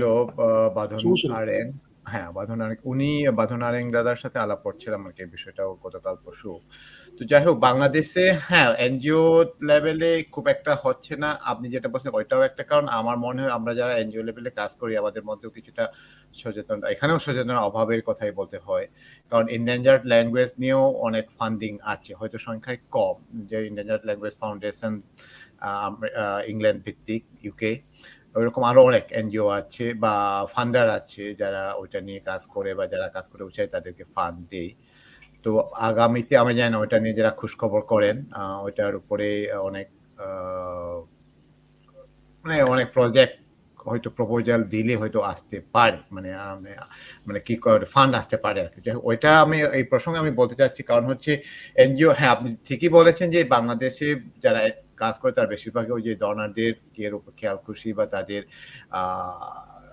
চাহিদা অনুযায়ী কাজ হয় বেশিরভাগই। সে কারণেই আমরা লোকাল যে নিডস বা আমাদের যে নিডস ওইটা হয়তো ফুলফিল হয় না। আর বিশেষ করে এনজিওরা আমাদের শিল্প আমাদের কি বলে ডেভেলপমেন্ট বলতে সাধারণত আমরা হেলথ তারপর ইকোনমি মানে এডুকেশন ইকোনমি ওইগুলোতে বেশিরভাগ প্রাধান্য দিতে ল্যাঙ্গুয়েজটাকে খুব একটা কি এর মধ্যে নিয়ে আসতে চায় না। তো এখানে একজন ইনজেবদা যিনি বলতে চাচ্ছেন যে সামাজিক আন্দোলন গড়ে তুলতে হবে। এটা উনার একটা কথা। আরেকটা হলো উনি যেটা বলছেন যে আ পার্বত্য চুক্তি বাস্তবায়ন না হওয়া পর্যন্ত আমরা কিছু আশা করতে পারছি না। তো সামাজিক আন্দোলন এবং পার্বত্য চুক্তি বাস্তবায়ন, হ্যাঁ? তো ওইটাকে আ সংযুক্ত করে আপনার কোনো চিন্তা বা আপনার কোনো ভাবনা আছে কিনা? বা শান্তি চুক্তির মধ্যে যদিও আ স্থানীয় ভাষার গুরুত্ব দেওয়া এবং ওইটার শিক্ষার একটা কি আছে, একটা পয়েন্ট আছে। হুম, না আমি একমত যে সামাজিক আন্দোলন গড়ে তোলা এবং পার্বত্য পার্বত্য চুক্তি যথাযথ বাস্তবায়নের বিষয় যিনি আম আ লিখেছেন আমাদেরকে দর্শক আমাদেরকে জানিয়েছেন। তার সাথে আমি সহমত। সামাজিক আন্দোলন বলতে যে ভাষা সংরক্ষণের ক্ষেত্রে আ বা সংস্কৃতি সংরক্ষণের ক্ষেত্রে সামাজিক আন্দোলন বলতে আমি সেটাই বুঝি। আমি কিছুক্ষণ আগে যেটা বলেছি। নিজেদের নিজেদের মধ্যে উদ্যোগ নেওয়া বিভিন্ন উপায়ে। আ এই ভবিষ্যৎ প্রজন্মের কাছে নিজেদের উদ্যোগে যেখানে সরকারের পৃষ্ঠপোষকতা থাকবে না, সেখানে নিজেরাই নিজেদের মতো করে উদ্যোগ নিতে হবে। এই নাম্বার 1 নাম্বার 2 যে পার্বত্য চুক্তির বিষয়ে যথাযথ বাস্তবায়নের কথা বলেছেন। আমি এটা দ্বিমত পোষণ করছিলাম। ডেফিনিটলি এটা খুবই দরকার। আজকে ২৪ টা বছর পেরিয়ে গেছে। অনেক আশা প্রত্যাশা নিয়ে চুক্তি হয়েছিল। এই চুক্তি যথাযথ বাস্তবায়ন হলে পরে আমরা নিজেদের একটা বিশেষ করে পার্বত্য চট্টগ্রামে আদিবাসী জাতিগোষ্ঠীদের একটা মানে কি বলবো এটা অধিকার প্রতিষ্ঠা হবে নিজেদের আহ, এই যে সংস্কৃতি জীবনধারা রক্ষা করার জন্য বা চর্চা করার জন্য আলাদা একটা আম, কি বলে আপনার উৎসাহ প্রেরণা পাবে তারা শক্তি পাবে প্রাতিষ্ঠানিকভাবে চুক্তি আম, এই জন্য চুক্তি পূর্ণ বাস্তবায়ন খুবই দরকার এটা খুবই মানে এই পার্বত্য চট্টগ্রামে এই বর্তমান যে পরিস্থিতি চলছে আহ, স- যদিও আমি ব্যক্তিগতভাবে খুবই মানে চুক্তিপূর্ণ বাস্তবায়নের বিষয়ে আশাব্যঞ্জক না আশাবাদী না যে বর্তমান সরকার বা বর্তমান শাসক গোষ্ঠী যে ধরনের যেই কায়দায় যে যে পরিস্থিতিতে পরিস্থিতিতে পার্বত্য চট্টগ্রামের মানে সাধারণ জনগণকে বা পার্বত্য চট্টগ্রাম চুক্তি বাস্তবায়ন নিয়ে তাদের যে অনীহা এগুলো দেখে আমি আশাবাদী না তারপরে আমি মনে করি যে এটা ডেফিনেটলি চুক্তি যদি যথাযথ বাস্তবায়ন হয় তাহলে খুব আদিবাসী জাতিগোষ্ঠীদের বিশেষ করে ভূমি থেকে শুরু করে প্রাকৃতিক রিসোর্স প্রাকৃতিক সম্পদ রক্ষা থেকে শুরু করে সবকিছু এক মানে একটা আম, বর্তমান যে ধরনের একটা পরিস্থিতির মধ্যে আছে সেখান থেকে উত্তরণ হবে বলে আমি বিশ্বাস করি কারণ রাইট। এখানকার লোকাল যে প্রতিষ্ঠানগুলো রয়েছে আঞ্চলিক পরিষদ জেলা পরিষদ এগুলো এম্পাওয়ার করা হবে তখন হুম, হুম। সুতরাং সুবিধা মানে সুযোগ আছে যে আদিবাসী এখানকার স্থানীয় মানুষের জীবনধারা জীবন ব্যবস্থাকে আরো নিজেদের মতো করে ঢেলে সাজানোর একটা সুযোগ রয়েছে। গুড। না, ঠিকই আছে। তাহলে আমরা ওইটাই ভাবি যে আ পার্বত্য চুক্তি যদি সম্পূর্ণভাবে যদি ওইটা মানে কি হয়, মানে ওইটা যদি বাস্তবায়ন হয় তাহলে এটা একটা আশা আছে। তো আমি আরেকটা প্রসঙ্গে নিয়ে যেতে চাচ্ছি। আপনি নিজেও বলছেন যে খুমি ভাষী আপনার মায়ানমারেও আছে।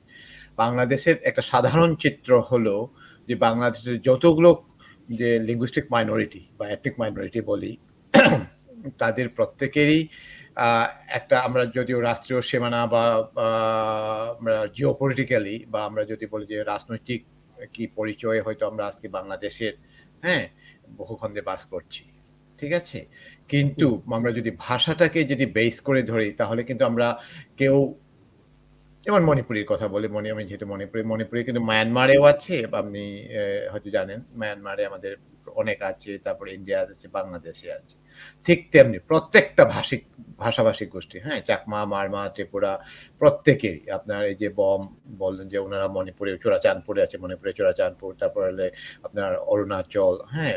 মিজোরাম। তো এই যে ছড়িয়ে ছিটিয়ে থাকা বিভিন্ন দেশে, বিভিন্ন রাষ্ট্রের, বিভিন্ন প্রদেশে এই যে আমাদের নিজেদের মধ্যে যে যোগাযোগটা, হ্যাঁ? আমি ভাষার ক্ষেত্রে বলছি। আমি পলিটিক্যাল কোনো যোগাযোগের কথা বলছি না। সামাজিক এবং আমাদের যে ভাষার জন্য যে কি করা, ওই যোগাযোগটা কতটুকু দরকার এবং কিভাবে এই যোগাযোগটা বাড়ানো দরকার বা ওইটা আমাদের ভাষা সংরক্ষণের ক্ষেত্রে গুরুত্বপূর্ণ ভূমিকা পালন করবে কিনা, ওইটা নিয়ে কি একটু বলবেন?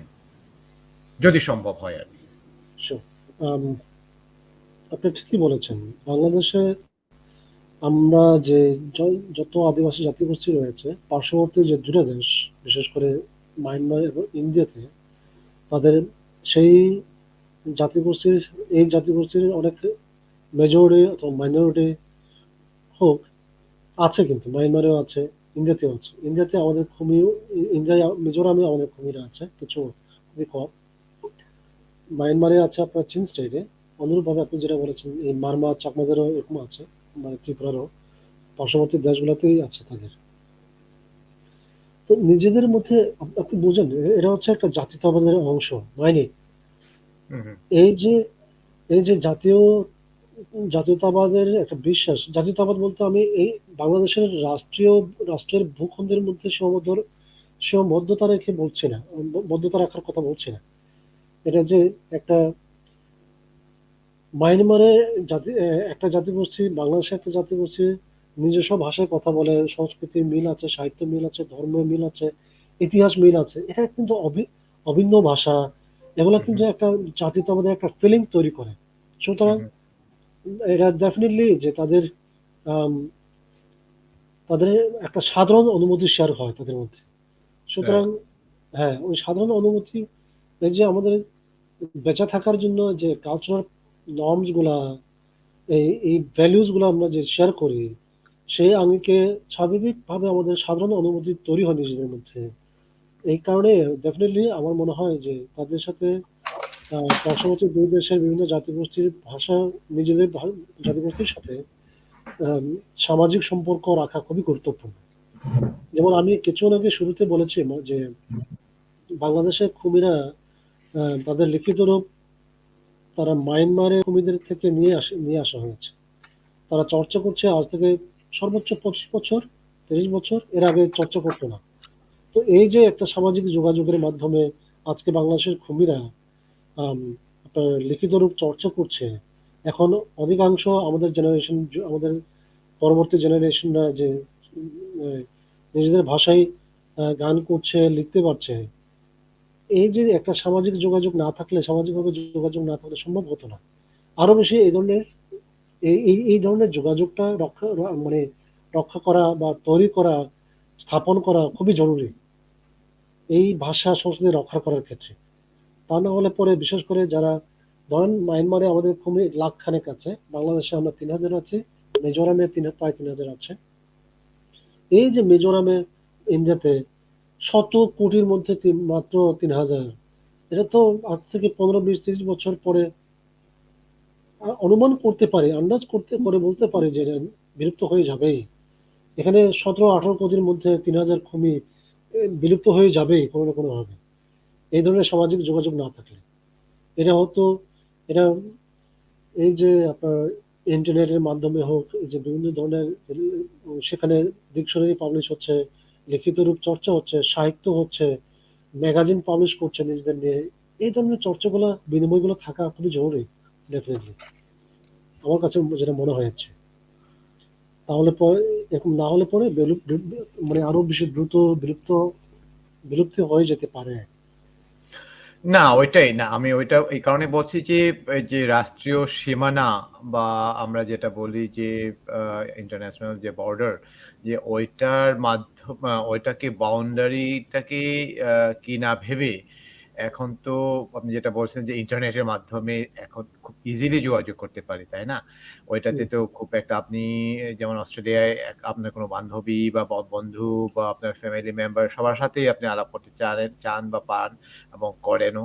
ঠিক সেভাবে নিজেদের মধ্যেই এটা একটা উপায় আমি যেটা মনে করি যে মণিপুরীরাও করে থাকেন বা সবাই কি করে যে বাংলাদেশ মণিপুরি, আসামের মণিপুরি, ত্রিপুরার মণিপুরি, মণিপুরের মণিপুরি সবাই মাঝে মধ্যে আমরা কথা বলি। হ্যাঁ? জমির মাধ্যমে সাহিত্য হলে সাহিত্যে, ভাষা হলে ভাষা বা লিটারেচার হলে কি বলে আমাদের সামাজিক আন্দোলন নিয়েও কথা বলি বিভিন্ন মাধ্যমে।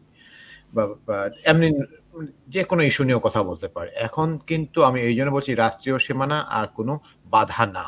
হুম? হুম, হয়তো আমরা সরাসরি যেতে গেলে পাসপোর্ট নিতে হয়।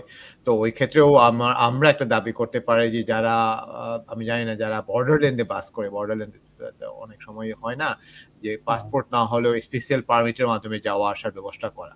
হুম? যেমন এখানে আমেরিকা, কানাডার যে যে ফার্স্ট নেশন বা যাদের মধ্যে যে মেতি বা আপনার অনেক সম্প্রদায় আছে এখানে যারা মানে কানাডায়ও আছে, আমেরিকায়ও আছে। তাদের মধ্যে যাতায়াতের জন্য কিন্তু আলাদা ব্যবস্থা আছে। হ্যাঁ? সো হুম, কল্ড আমাদের পাসপোর্টেরও কি লাগে। তো এই যে নতুন, নতুন উদ্ভাবন আমাদের মধ্যে এই যে চিন্তাগুলা একটু আ ভাবতে হবে আরকি। মানে ভাষা রক্ষার ক্ষেত্রে অবশ্যই। শুধু ভাষা রক্ষা না, ওই ভাষাকে কেন্দ্র করেই তো আপনার এই যে সামাজিক আন্দোলনের কথা বলছেন। এই যে হ্যাঁ, আপনার লিটারেচার এর কথা বলছেন, আপনাদের যে সাহিত্যের চর্চা। মানে এইটা কিন্তু হতে পারে। সংখ্যাটা আপনি ৩,০০০ হোক, বাংলাদেশে ৩,০০০, মায়ানমারতে আরো কয়েক হাজার, আর ইন্ডিয়াতে আরো কয়েক মিলিয়ে তো একটা বিরাট একটা সংখ্যা হচ্ছে। তাই না? বিরাট না হলেও আ মানে কি হচ্ছে? একটা আ ধর্তব্যের মধ্যে আনা যায়। তো ওই ওই ওই ওই ওই সুযোগগুলাকে যদি আমরা কাজে না লাগাই, ওই জিনিসগুলাকে যদি আমরা অনুধাবন না করি, চিন্তা না করি, তাহলে কিন্তু আ আ হারিয়ে যাবে। আপনি যেটা বলছেন হুম, যে আমাদের ৩,০০০ তো এই কয়েক কোটির মধ্যে। কয়েক কোটির মধ্যে ৩,০০০ ওইটাকে চিন্তা না করে যদি আমরা এই যে কয়েক হাজার বছর আমরা তো টিকিয়ে আনছি, তাই না? কয়েক হুম, হাজার বা কয়েক হুম, শত বছর। ঠিক আছে? এই কয়েক শত বছর যদি আমরা টিকে থাকতে পারি বন-বাদারে বা অরণ্যে, ঠিক আছে? কেন আমরা এই জনারণ্যে এখন আগে ছিল যে আপনার অভয়ারণ্য বলি বা হয়তো বন বা অন্য ধরনের অব কি, হুম? এখন মানুষের অরণ্য বলতে গেলে, তাই না? এখানে আমরা হুম, হুম, বাংলা, ইংলিশ, হিন্দি বিভিন্ন ভাষাভাষী আগে আমরা বাঘের গর্জন শুনতাম, শেয়ালের ডাক বা পাখির কিচিরমিচির। তো এখন হলো সেই একই আমরা হয়তো আরেকটা মানুষের জনারণ্যে প্রবেশ করছি। কিন্তু ওই জনারণ্যে প্রবেশ করলে আমাদের অস্তিত্ব, নিজেদের ভাষাগুলাকে নিয়েও আমরাও আমাদের মতো করে বেঁচে থাকার আ যদি ইচ্ছে থাকে তাহলে আমরা পারব। হুম? অবশ্যই। তো যাই হোক আমরা প্রায় ১ ঘন্টা খানেক হলো। তো আমরা শেষের দিকে চলে আসছি। তো এখন আমরা একটু ধাপে, ধাপে আলাপ করি যে আপনার কি মনে হয় যে বাংলাদেশের প্রেক্ষিতে আ মায়ানমারে যারা আছেন বা ইন্ডিয়াতে আছেন তাদের সাথেও আপনি আলাপ করবেন। বাংলাদেশের প্রেক্ষিতে আপনি কিছু কথাও বলেছেন অবশ্যই যে আপনার কি করা দরকার, কি অবস্থায় আছে সেটা কি আছে। কিন্তু আমি একটু সুনির্দিষ্টভাবে আপনার কাছ থেকে ২ টো পয়েন্ট যদি জানতে চাই, বাংলাদেশের বর্তমান প্রেক্ষাপটে আমরা যারা সংখ্যায় এই যে কয়েক হাজার, ১০,০০০, ১৫,০০০, ৩,০০০ বা কয়েকশও আছে। ওইটার ভবিষ্যৎ যে ভাষিক যে জনগোষ্ঠীগুলা, ওইটার ভবিষ্যৎ একদম সচেতন একজন নাগরিক হিসাবে বা একজন কি বলবো ওই সম্প্রদায়ভুক্ত একজন কি হিসাবে আরকি একজন মানুষ হিসাবে আমি কি আশা দেখতে পাই বা আমরা কি চিন্তা করতে পারি যে আমাদের ভবিষ্যৎ নিয়ে? একদম খোলাখুলি। সেটা খুব নেগেটিভও হতে পারে, খুব পজিটিভও হতে পারে। কিন্তু আপনার মনে যা আছে আরকি। আমাদের শুনে আমি যেটা বিশ্বাস করি সেটা হলো যে আপনার এক্সকিউজ মি, আমাদের কমিউনিটি বেস যে উদ্যোগগুলো রয়েছে আমাদের ভাষা সংস্কৃতি রক্ষা করার জন্য, যে উদ্যোগগুলো অব্যাহত রয়েছে সেটা এনাফ না। আমাদের বাংলাদেশের আদিবাসী ভাষা সংস্কৃতি রক্ষার ক্ষেত্রে। এখানে রাষ্ট্রের বা সরকারের আম আ সুনির্দিষ্ট একটা পলিসি দরকার। আর সে পলিসি শুধু শুধু প্রণয়ন না, এটা হচ্ছে প্রায়োগিক দিকটা খুবই গুরুত্বপূর্ণ। রাইট। আমি যেটা বলতে হ্যাঁ, আপনি নিশ্চয়ই বুঝেছেন যে আমি কি বলতে চাচ্ছি। হুম, হুম, আমরা হুম, হুম, আমাদের আন্তর্জাতিক মাতৃভাষা ইনস্টিটিউট যে আইন রয়েছে ওখানেও দেখেছে যে ওখানে প্রথম লাইনে তারা বলার চেষ্টা করেছে যে আহ, বিপন্ন ও বিলুপ্ত প্রায় বিভিন্ন মানে ক্ষুদ্র ক্ষুদ্র জাতিগোষ্ঠীর ভাষা সংরক্ষণ এবং বিকাশের লক্ষ্যে তারা এই আন্তর্জাতিক মাতৃভাষা ইনস্টিটিউট মানে আন্তর্জাতিকভাবে স্বীকৃতি পেয়েছে। হুম, হুম, মানে স্বীকৃতি দেওয়া হয়েছে। তাদের দায়িত্ব কর্তব্যই তাই যে না শুধু বাংলাদেশ কেন, বাংলাদেশের গণ্ডি পেরিয়ে আপনার আন্তর্জাতিক অঙ্গনেও বিভিন্ন যে জাতিগোষ্ঠী বিপন্নপূর্ণ যে ভাষাগুলো রয়েছে সংরক্ষণের জন্য তাদের দায়িত্ব কর্তব্যের কথা বলা হয়েছে। সুতরাং আন্তর্জাতিক মাতৃভাষা ইনস্টিটিউটের এই ভূমিকা আম, খুবই মানে যথাযথ ভূমিকা পালন করা খুবই দরকার। বিশেষ করে এতদূর আমরা না যাই, আমরা নিজেদের বাংলাদেশের মধ্যে যে আপনার বাংলা ভাষাভাষী পাশাপাশি যে আদিবাসী বিপদাপন্ন বিলুপ্ত প্রায় ভাষাভাষী সংরক্ষণের জন্য তাদের সেরকম উদাহরণ আন্তর্জাতিক মাতৃভাষা ইনস্টিটিউট স্থাপনের পর থেকে। হুম, আমি জানি না প্রতি বছর তাদের কত কত শত কোটি টাকা বাজেট রয়েছে। অ্যাটলিস্ট আমার মনে হয় যে তারা 4 থেকে 500 কোটি টাকার কম হবে না তাদের বাজেট প্রতি বছরে। আমার ধারণা, আমি হুম, হুম, যদিও এই তাদের ওয়েবসাইটে গিয়ে এখনো পাইনি, মানে কোনো সুযোগ পাইনি, কিন্তু তাই হয়ে থাকে। এখানে তাদের যেটা করণীয় হতে পারে সেটা হলো পার্বত্য চট্টগ্রামে যে প্রতিষ্ঠানগুলো রয়েছে, বিশেষ করে বেসরকারি এনজিও প্রতিষ্ঠানগুলো রয়েছে, তাদের সাথে হুম, পার্টনারশিপে কাজ করার সুযোগ রয়েছে। হুম, আন্তর্জাতিক মাতৃভাষা ইনস্টিটিউট সরকারের অর্থায়নে এখানে আপনি ধরেন না পার্বত্য চট্টগ্রামের যে 12টা ভাষা বা বাংলাদেশের অন্যান্য ভাষা যে বেশি বেশি ইনডেঞ্জার্ড, ওই ভাষা আহ, সংরক্ষণের জন্য বিকাশের জন্য তারা ওই স্থানীয় এনজিওদেরকে দিয়ে পার্টনারশিপে কাজ করার সুযোগ রয়েছে। এটা করা জরুরি করি। রাইট। আপনি আহ, নিজেদের উদ্যোগে এখানে এসে যদি করে এটা খুবই চ্যালেঞ্জিং হয়ে যাবে তাদের জন্য। তারা এসেছিলেনও বিভিন্ন ইউনিভার্সিটির টিচারদেরকে নিয়ে স্টুডেন্টকে নিয়ে কাজ করিয়েছেন, কিন্তু আলটিমেট রেজাল্ট আমরা পাইনি। বা যেই জাতিগোষ্ঠীদের ভাষা ভাষা সংস্কৃতি রক্ষার জন্য অথবা আপনার বিকাশের জন্য কথা বলা হয়েছে, ওই গ্রাসরুট লেভেলে কতটুকু তারা টার্গেটেড পিপল বেনিফিটেড হয়েছে আমার জানা নেই। সুতরাং এই লোকাল এনজিওদেরকে নিয়ে বা লোকাল সেই ভাষাগোষ্ঠীর জাতিগোষ্ঠীদের নিয়ে প্রতিনিধিদের নিয়ে যদি কাজ করার পরিকল্পনা থাকে করে, তাহলে গ্রাসরুট লেভেল মানে বিলুপ্ত প্রায় ইন্ডিয়ান ল্যাঙ্গুয়েজ ভাষাভাষী জাতিগোষ্ঠীর বেশি বেশি উপকার হবে বলে আমি মনে করি। এটা খুবই জরুরি। না, সেটাই। না, আর এখন এখানে অনেক হ্যাঁ, আমি আমি একটু বলতে চাই, এখানে কিছু আশার বাণীও শোনাতে চাই, বা আশার বাণীও আমি বা আশার কথাও আমি একটু বলতে চাই। সেটা হলো আ একদম রিসেন্টলি, আগেরও গত বছরও এবং এর আগেও কয়েকটা ঘটনা আমি দেখেছি। জেন্ডার এবং এখনো দেখেছি যে কতগুলো আ ক্যাটেগরি আছে। হ্যাঁ, কথাগুলো ওই যে একটু নেটটা ভালো না তো, খুব সম্ভবত আমাদের নেটেই হয়তো সমস্যা, আমার বা আপনার নেটে। তো এই কারণেই হয়তো কথাগুলো একটু কম শোনা যাচ্ছে আরকি, বা একটু নেটটা ডিস্টার্ব এর কারণে আমি এইজন্য বললাম নেটের প্রবলেম। আপনার নেটটা একটু দুর্বল। হুম? তো আমি আমি আমরা শুনতে পাই। আমরা শুনতে কিছুটা কথা কেটে, কেটে আসলেও আপনার কথাগুলো আমরা শুনতে পাই। কারণ আপনার নেটটা একটু দুর্বল। আমি বলে রাখছি আরকি। আর StreamYard এর একটু নেটটা স্ট্রং না হলে একটু সমস্যা হয়। তো যাই হোক, তারপরে আমরা শুনতে পাই। তো আমি যেটা কথা বলতে চাই সেটা হলো, আমি ২-১ টা জিনিস এই যে ভাষার লেখক বা ইয়াঙ্গুন আ যে কথা উনি আগে আমাদের একটা প্রোগ্রামেও আসছিল। উনার একটা নিউজ আমি শেয়ার করতে চাচ্ছি। তো সেখানে আমরা দেখতে পাই যে তার নিজের উদ্যোগী ব্যাকরণ বই আ আপনি দেখতে পাচ্ছেন যে মৌ ভাষার ১ম ব্যাকরণ বই 'ততং' এর মোড়ক উন্মোচন। এই ধরনের ছোটখাটো উদ্যোগ আমরা একটা আশা জাগা নিয়া, তাই না? এই যে আমাদের শিক্ষিত মহল আপনি যে আমাদের ২টা দিক। একটা দিক হলো যে শিক্ষিত হলে নিজেদের মাতৃভাষা বা নিজেদের মানে সংস্কৃতিকে ভুলে যাওয়ার একটা প্রবণতা। হ্যাঁ?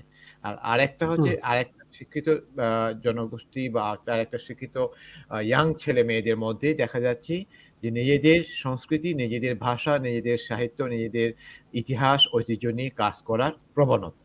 ২ টা ধারাই কিন্তু মানে বহমান। ঠিক আছে? আমি কোনটা স্ট্রং আমি সেটা বলতে চাই না বা বলতে পারছি না। তো এই যে ইয়াং অ্যান্ড মোর যে কি করা তারপরে হলো আপনার আ উম এই যে ইনজেপ চাকমা আমি যেগুলা পাচ্ছি উনার একটা কি থেকে এটা নেওয়া। তো এই যে প্রসঙ্গটা যে ১০,০০০ মানুষকে চাকমা বর্ণমালা শিখিয়ে দেওয়া, এরকম মণিপুরীদের মধ্যেও আছে যে অনলাইনে এবং একদম স্কুল কেন্দ্রিক মানে নিজেদের আঙিনায় বা নিজের প্রাঙ্গণে মানে নিজেদের উঠানে এইভাবে যে ছোট, ছোট উদ্যোগগুলা, ওইগুলো দেখে আমার মনে হয় যেন ভবিষ্যতে আ আমি একটা ভালো একটা মানে মানে কি পাই আরকি। ভালো একটা আ ভবিষ্যৎ দেখতে পাই যে এই ধরনের ইগুলা যে উদ্যোগগুলা যদি বহমান থাকে তাহলে আমরা আ যে হারিয়ে যাব না। ১ টা ২ টা যে ভাষা হয়তো খুব আমরা extinct অবস্থায় এখন আছে ওইটাকে যদি আমরা খুব সচেতনভাবে আমরা গড়ে তুলি, খুব সচেতনভাবে ওইটার মধ্যে আমরা যদি যাই তাহলে কিন্তু আ মানে থাকবে, মানে বেঁচে থাকবে আরকি। হুম? তো যাই হোক আরেকটা আপনার প্রসঙ্গে নিয়ে আসতে যে এই প্রসঙ্গগুলো দেখাচ্ছে এই কারণেই যে আমাদের এই যে শিক্ষিত হওয়া বা মানে মডার্ন কিন্তু শিক্ষায় শিক্ষিত হতেই হবে। যার কি থেকে। যে আপনি দেশের বাইরে গেছেন, বিদেশে গেছেন, তারপরে দেশে লেখাপড়া করছেন। এই যে ছোট গ্রাম, এই যে প্রত্যন্ত গ্রাম থেকে ঘুরে, ঘুরে আবার আপনি ইতে চলে আসা, আবার আপনি এই যে মানে নিজেদের কি বলে? অস্ট্রেলিয়ায় আপনি ইচ্ছা করলে আপনি থাকতে পারতেন বা আমেরিকায় ইচ্ছা করে থাকতে পারতেন। এইখানে না থেকে বা ওই ধরনের লোভনীয় মানে জীবনযাপনের বা লাইফস্টাইল ওইটাকে নিয়ে না রেখে আপনি একদম গহীন বা আমাদের প্রত্যন্ত গ্রামে থাকা বা ওইটা নিয়ে কাজ করা, হুম? এই যে প্রেরণাটা আমি একদম ব্যক্তিগত কথাই বলতে হু, হু। চাচ্ছি আরকি। তো ওইটার পিছনে মানে আমি ভাষা রক্ষাটা আমি পরে আসতেছি। কিন্তু এই যে নিজেদের যে মনোজাগতিক বা আমাদের যে মনের মধ্যে যে কাজটা করে এইগুলা কেন? এইগুলা কি কারণে আপনি এইসব মানে অস্ট্রেলিয়ায় না থেকে বা আমেরিকায় না থেকে ইচ্ছা হইলে পারতেন বা মানে কি ওইটা না করে বা আপনি বা অন্য চাকরি নিতে পারেন। আপনি একদম বান্দরবনে বা এনজিওতে চাকরি নিয়ে আছেন। ওইটার কারণটা কি? শোনা যায়? হাই। আ ওয়েল আপনি যে হ্যাঁ, আপনি যে ম্রো ছেলে ইয়াঙ্গান ম্রোর হু, হু, আবিষ্কারের কথা বলেছেন বা আবিষ্কার মানে তৈরির কথা বলেছেন সেটা ডেফিনিটলি ম্রো জাতিগোষ্ঠীর ইতিহাসে ম্রো জাতিগোষ্ঠীর জন্য এটা একটা মাইলফলক হয়ে থাকবে নিঃসন্দেহে। এটা ডেফিনিটলি খুবই গুরুত্বপূর্ণ দরকার রয়েছে। তাদের এটা আবার আম ম্রোরা কিন্তু তাদের গ্রামার স্ক্রিপ্টেই ডেভেলপ করেছে এই বইটা। হু, হু। ম্রো জাতিগোষ্ঠীর মধ্যে আবার ২ টা স্ক্রিপ্ট তারা চর্চা করছে আমি যতদূর জানি। একটা হচ্ছে রোমান স্ক্রিপ্ট এবং আরেকটা হচ্ছে গ্রামার স্ক্রিপ্ট। হ্যাঁ, হ্যাঁ, হ্যাঁ।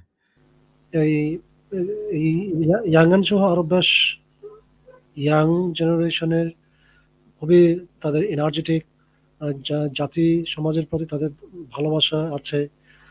দায়িত্ববোধ থেকেই এগুলা করছে ডেফিনিটলি নিজেদের উদ্যোগে হু, হু। এটা। এটা আমি আমি যতদূর জানি ইয়াংয়ান এই বই করার জন্য কারো কাছ থেকে সহযোগিতা পায়নি। তার নিজস্ব হুম। একটা দায়িত্ববোধ থেকে, ইচ্ছা শক্তি থেকে, জাতি সমাজের প্রতি তার যে কর্তব্য এই বোধ থেকেই তৈরি করেছে। ডেফিনিটলি এটা আ দুঃখিত আমরা উনাকে খিদে পাচ্ছি না। আ আমরা নেটওয়ার্ক খুবই দুর্বল লেলুংদার।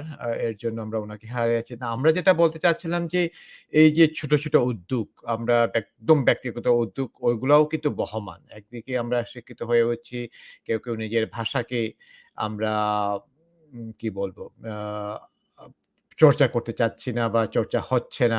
সেটা বাংলাদেশের বিভিন্ন প্রদেশে বা বিভিন্ন জেলা বা বিভিন্ন যখন চলে আসি, সরি সেখানে লাইন ওইটা কেটে হয় না। গিয়েছে। হ্যাঁ, এইজন্য আমি আপনাদেরকে বলে রাখছিলাম যে লাইন কেটে গেলেও আবার মানে হওয়ার জন্য। তো আমরা ওইটা নিয়েই আমরা আলাপ করছি। আমি জাস্ট আপনার কথাগুলো আমি দেখাতে চাচ্ছিলাম যে ভাষার যে আপনি যে ওইটা বলছিলেন। হ্যাঁ, বলেন। আমি জাস্ট আমি ওইটাই বলছিলাম। হ্যাঁ, কোন আমি যে অন্য প্রসঙ্গে যাইনি। সেটাই। ওকে। হ্যাঁ, বলেন। হ্যাঁ, আমি যেটা শুনতেছি। বলতেছিলাম সেটা হচ্ছে যে ইয়াংয়ান খুবই একটা সুন্দর চমৎকার কাজ করেছে। এটা তাদের শুধু মরো জাতিগোষ্ঠীর জন্য ইন্সপিরেশন না। এটা অন্যান্য যে খুমি, খিয়াং, আরো বমদের মনে হয় ডিকশনারি আছে। যদিও আমি কম দেখেছি যে তাদের চর্চা করার ক্ষেত্রে। এনিওয়ে যাদের লিখিত রূপ নেই বা আছে কিন্তু ডিকশনারি তৈরি হয়নি, তাদের জন্য সেই জাতিগোষ্ঠীদের জন্য এটা একটা উদাহরণ। তারা উৎসাহ প্রেরণা পাবেন নিঃসন্দেহে। উম ডেফিনিটলি এই ধরনের উদ্যোগ যে ভাষাগুলা বেশি বিপন্নপন্ন তাদের সেই জাতিগোষ্ঠীতে আ জাতিগোষ্ঠীর বা নিজেদের উদ্যোগে হোক বা কারো সহযোগিতায় হোক এই ধরনের কাজ করা খুবই জরুরি। ইনফেক্ট আমার মনে হয় যে আম যদি এখানে সরকারের কোনো সহযোগিতা পৃষ্ঠপোষকতা থাকতো যে হু, হু। এই ভাষাগুলা এই আদিবাসী বা তাদের ভাষার ক্ষুদ্র নিগোষ্ঠী ভাষাগুলা বিলুপ্তপ্রায় হচ্ছে। বিলুপ্তপ্রায় না হোক যে বাংলাদেশে ৪৫-৫০ টা জাতিগোষ্ঠীর ভাষা রয়েছে। আপনাদের ডিকশনারি ডেভেলপ করার জন্য মানে সেই জাতীয় রেসপেক্টিভ ভাষার ভাষায় ডিকশনারি পাবলিশ করার জন্য ডেভেলপ করার জন্য যদি সরকার পৃষ্ঠপোষকতা থাকে এরা আরো বেশি প্রমোট হতো কিন্তু। রাইট। ভাষা সংরক্ষণের বিকাশের জন্য এক ধাপ এগিয়ে যেত নিঃসন্দেহে। হু, হু। হু, হু। এরা যখনই দেখবেন যে যখনই আপনার ছেলেমেয়ে আমাদের ছেলেমেয়েরা স্কুলে কলেজে যাবে, কোনো শব্দ যদি বাংলায় বুঝতে কষ্ট হয়, ইংলিশে বুঝতে কষ্ট হয় তখন তারা ডিকশনারি উল্টে দেখবে। রাইট। এটা মানে বোঝার চেষ্টা করবে মিনিংটা। হু, হু, হু, হু, হু, এই হু। আমি আমার বিশ্বাস এই মনো ডিকশনারি তৈরি করেছে, ডেভেলপ করেছে। এখানে এখনো জাস্ট প্রাথমিক পর্যায়ে অনেক এডিশন হবে ভবিষ্যতে। তারপরেও যে শুরু করেছে এটা খুবই গুরুত্বপূর্ণ। শুরুটা হচ্ছে আসল। এটা খুবই অব্যাহত রাখা দরকার সবার ক্ষেত্রে। রাইট। হুম। না এখানে আমি যে প্রশ্নটা করছিলাম হ্যাঁ, এই যে চেতনাটা আরকি, এই যে আ ইয়াং মো যে করছে বা আমাদের ইনজেপ চাকমা যেটা করছেন, পাশাপাশি আপনিও যেটা করেছেন, আমি যেটা বলছিলাম আরকি আপনার নিজের প্রাসঙ্গিক নিজের প্রসঙ্গে আরকি। আপনার নিজের এই যে আপনি অস্ট্রেলিয়ায় ইচ্ছা করে থাকতে পারতেন বা আমেরিকায় ইচ্ছা করে থাকতে পারতেন বা আবার আপনি বাংলাদেশে আসার পরে আবার আপনি যেতে পারতেন, হ্যাঁ? বা আপনি অন্য চাকরি করতে হুম, পারতেন ঢাকায় বা ইউনিভার্সিটিতে বা যেকোনো না করে আপনি যে বান্দরবনে বা নিজেদের এলাকায় কাজ করা বা দেশে থেকে যাওয়া। এই যে এই যে চেতনাটা, হ্যাঁ? এটা কেন আমাদের মধ্যে হয়? মানে ওইটা নিয়ে আপনি জাস্ট আপনার যে ফিলিংস টা এইগুলা আপনি মানে আপনি যে বিদেশে না ওকে। গিয়ে বা বিদেশে লেখাপড়া করেও আপনি বিদেশে না থেকে বা এখানে একটা দেশে নিজেদের মধ্যে কাজ করে যে উদ্যোগটা গ্রহণ করা। আমি লেলুং একজন কি হিসাবে বলতে চাচ্ছি আরকি। একজন লেলুং খুমি হিসাবে বা একজন মানুষ হিসাবে তো অবশ্যই পাশাপাশি একজন খুবই সম্প্রদায়ের একজন আপনি ১ম আপনি গ্র্যাজুয়েট, হ্যাঁ? তো আমি ইয়াঙ্গার মোকে নিয়েও আমি আসবো, হ্যাঁ, উনাকে নিয়েও আমরা আলাপ করব, উনার কথা নিয়েও। কিন্তু আমি আপনার কথাটা শুনতে চাই যে, আপনি এই যে বিদেশে না গিয়ে বা অন্য কাজ না করে যে আপনার এই যে মানে পড়ে থাকা বা ওইটার যে অব্যাহত রাখা যে বান্দরবনে থেকে আপনার কাজ করে যাওয়া, ওইটার পেছনের কারণগুলা মানে ব্যক্তিগত যে অনুভূতিটা, ওইটা জানতে চাচ্ছিলাম। ওকে, থ্যাংক ইউ। আমি কিছুক্ষণ আগে কথা কেটে আসছিল। এইজন্য বুঝতে পারিনি ভালো করে। হ্যাঁ, না, এনিওয়ে না, আপনার দুর্বল, এই খুবই দুর্বল প্রশ্নটা তো আমাকে নেটওয়ার্কটা। শোনা যায়। আপনি নিশ্চিন্তে বলেন। শোনা যাচ্ছে। এই এই যে আপনি যে প্রশ্নটা করেছেন এটা আমি কিন্তু প্রায়ই ফেস করি।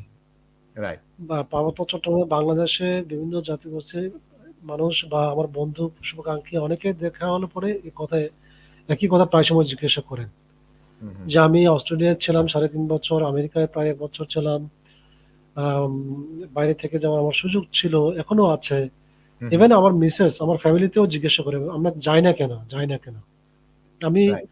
সঠিক উত্তর জানি না তাদের কাছে কেমন লেগেছে মানে আ শুনতে কেমন লেগেছে। বাট আমার উত্তর হলো সেটা এটা যে আমি বাংলাদেশে খমি জাতিগোষ্ঠীর যে প্রায় ৩,০০০ আছে মাত্র, তার মধ্যে আমি প্রথম গ্রাজুয়েট এবং আছি এখনো।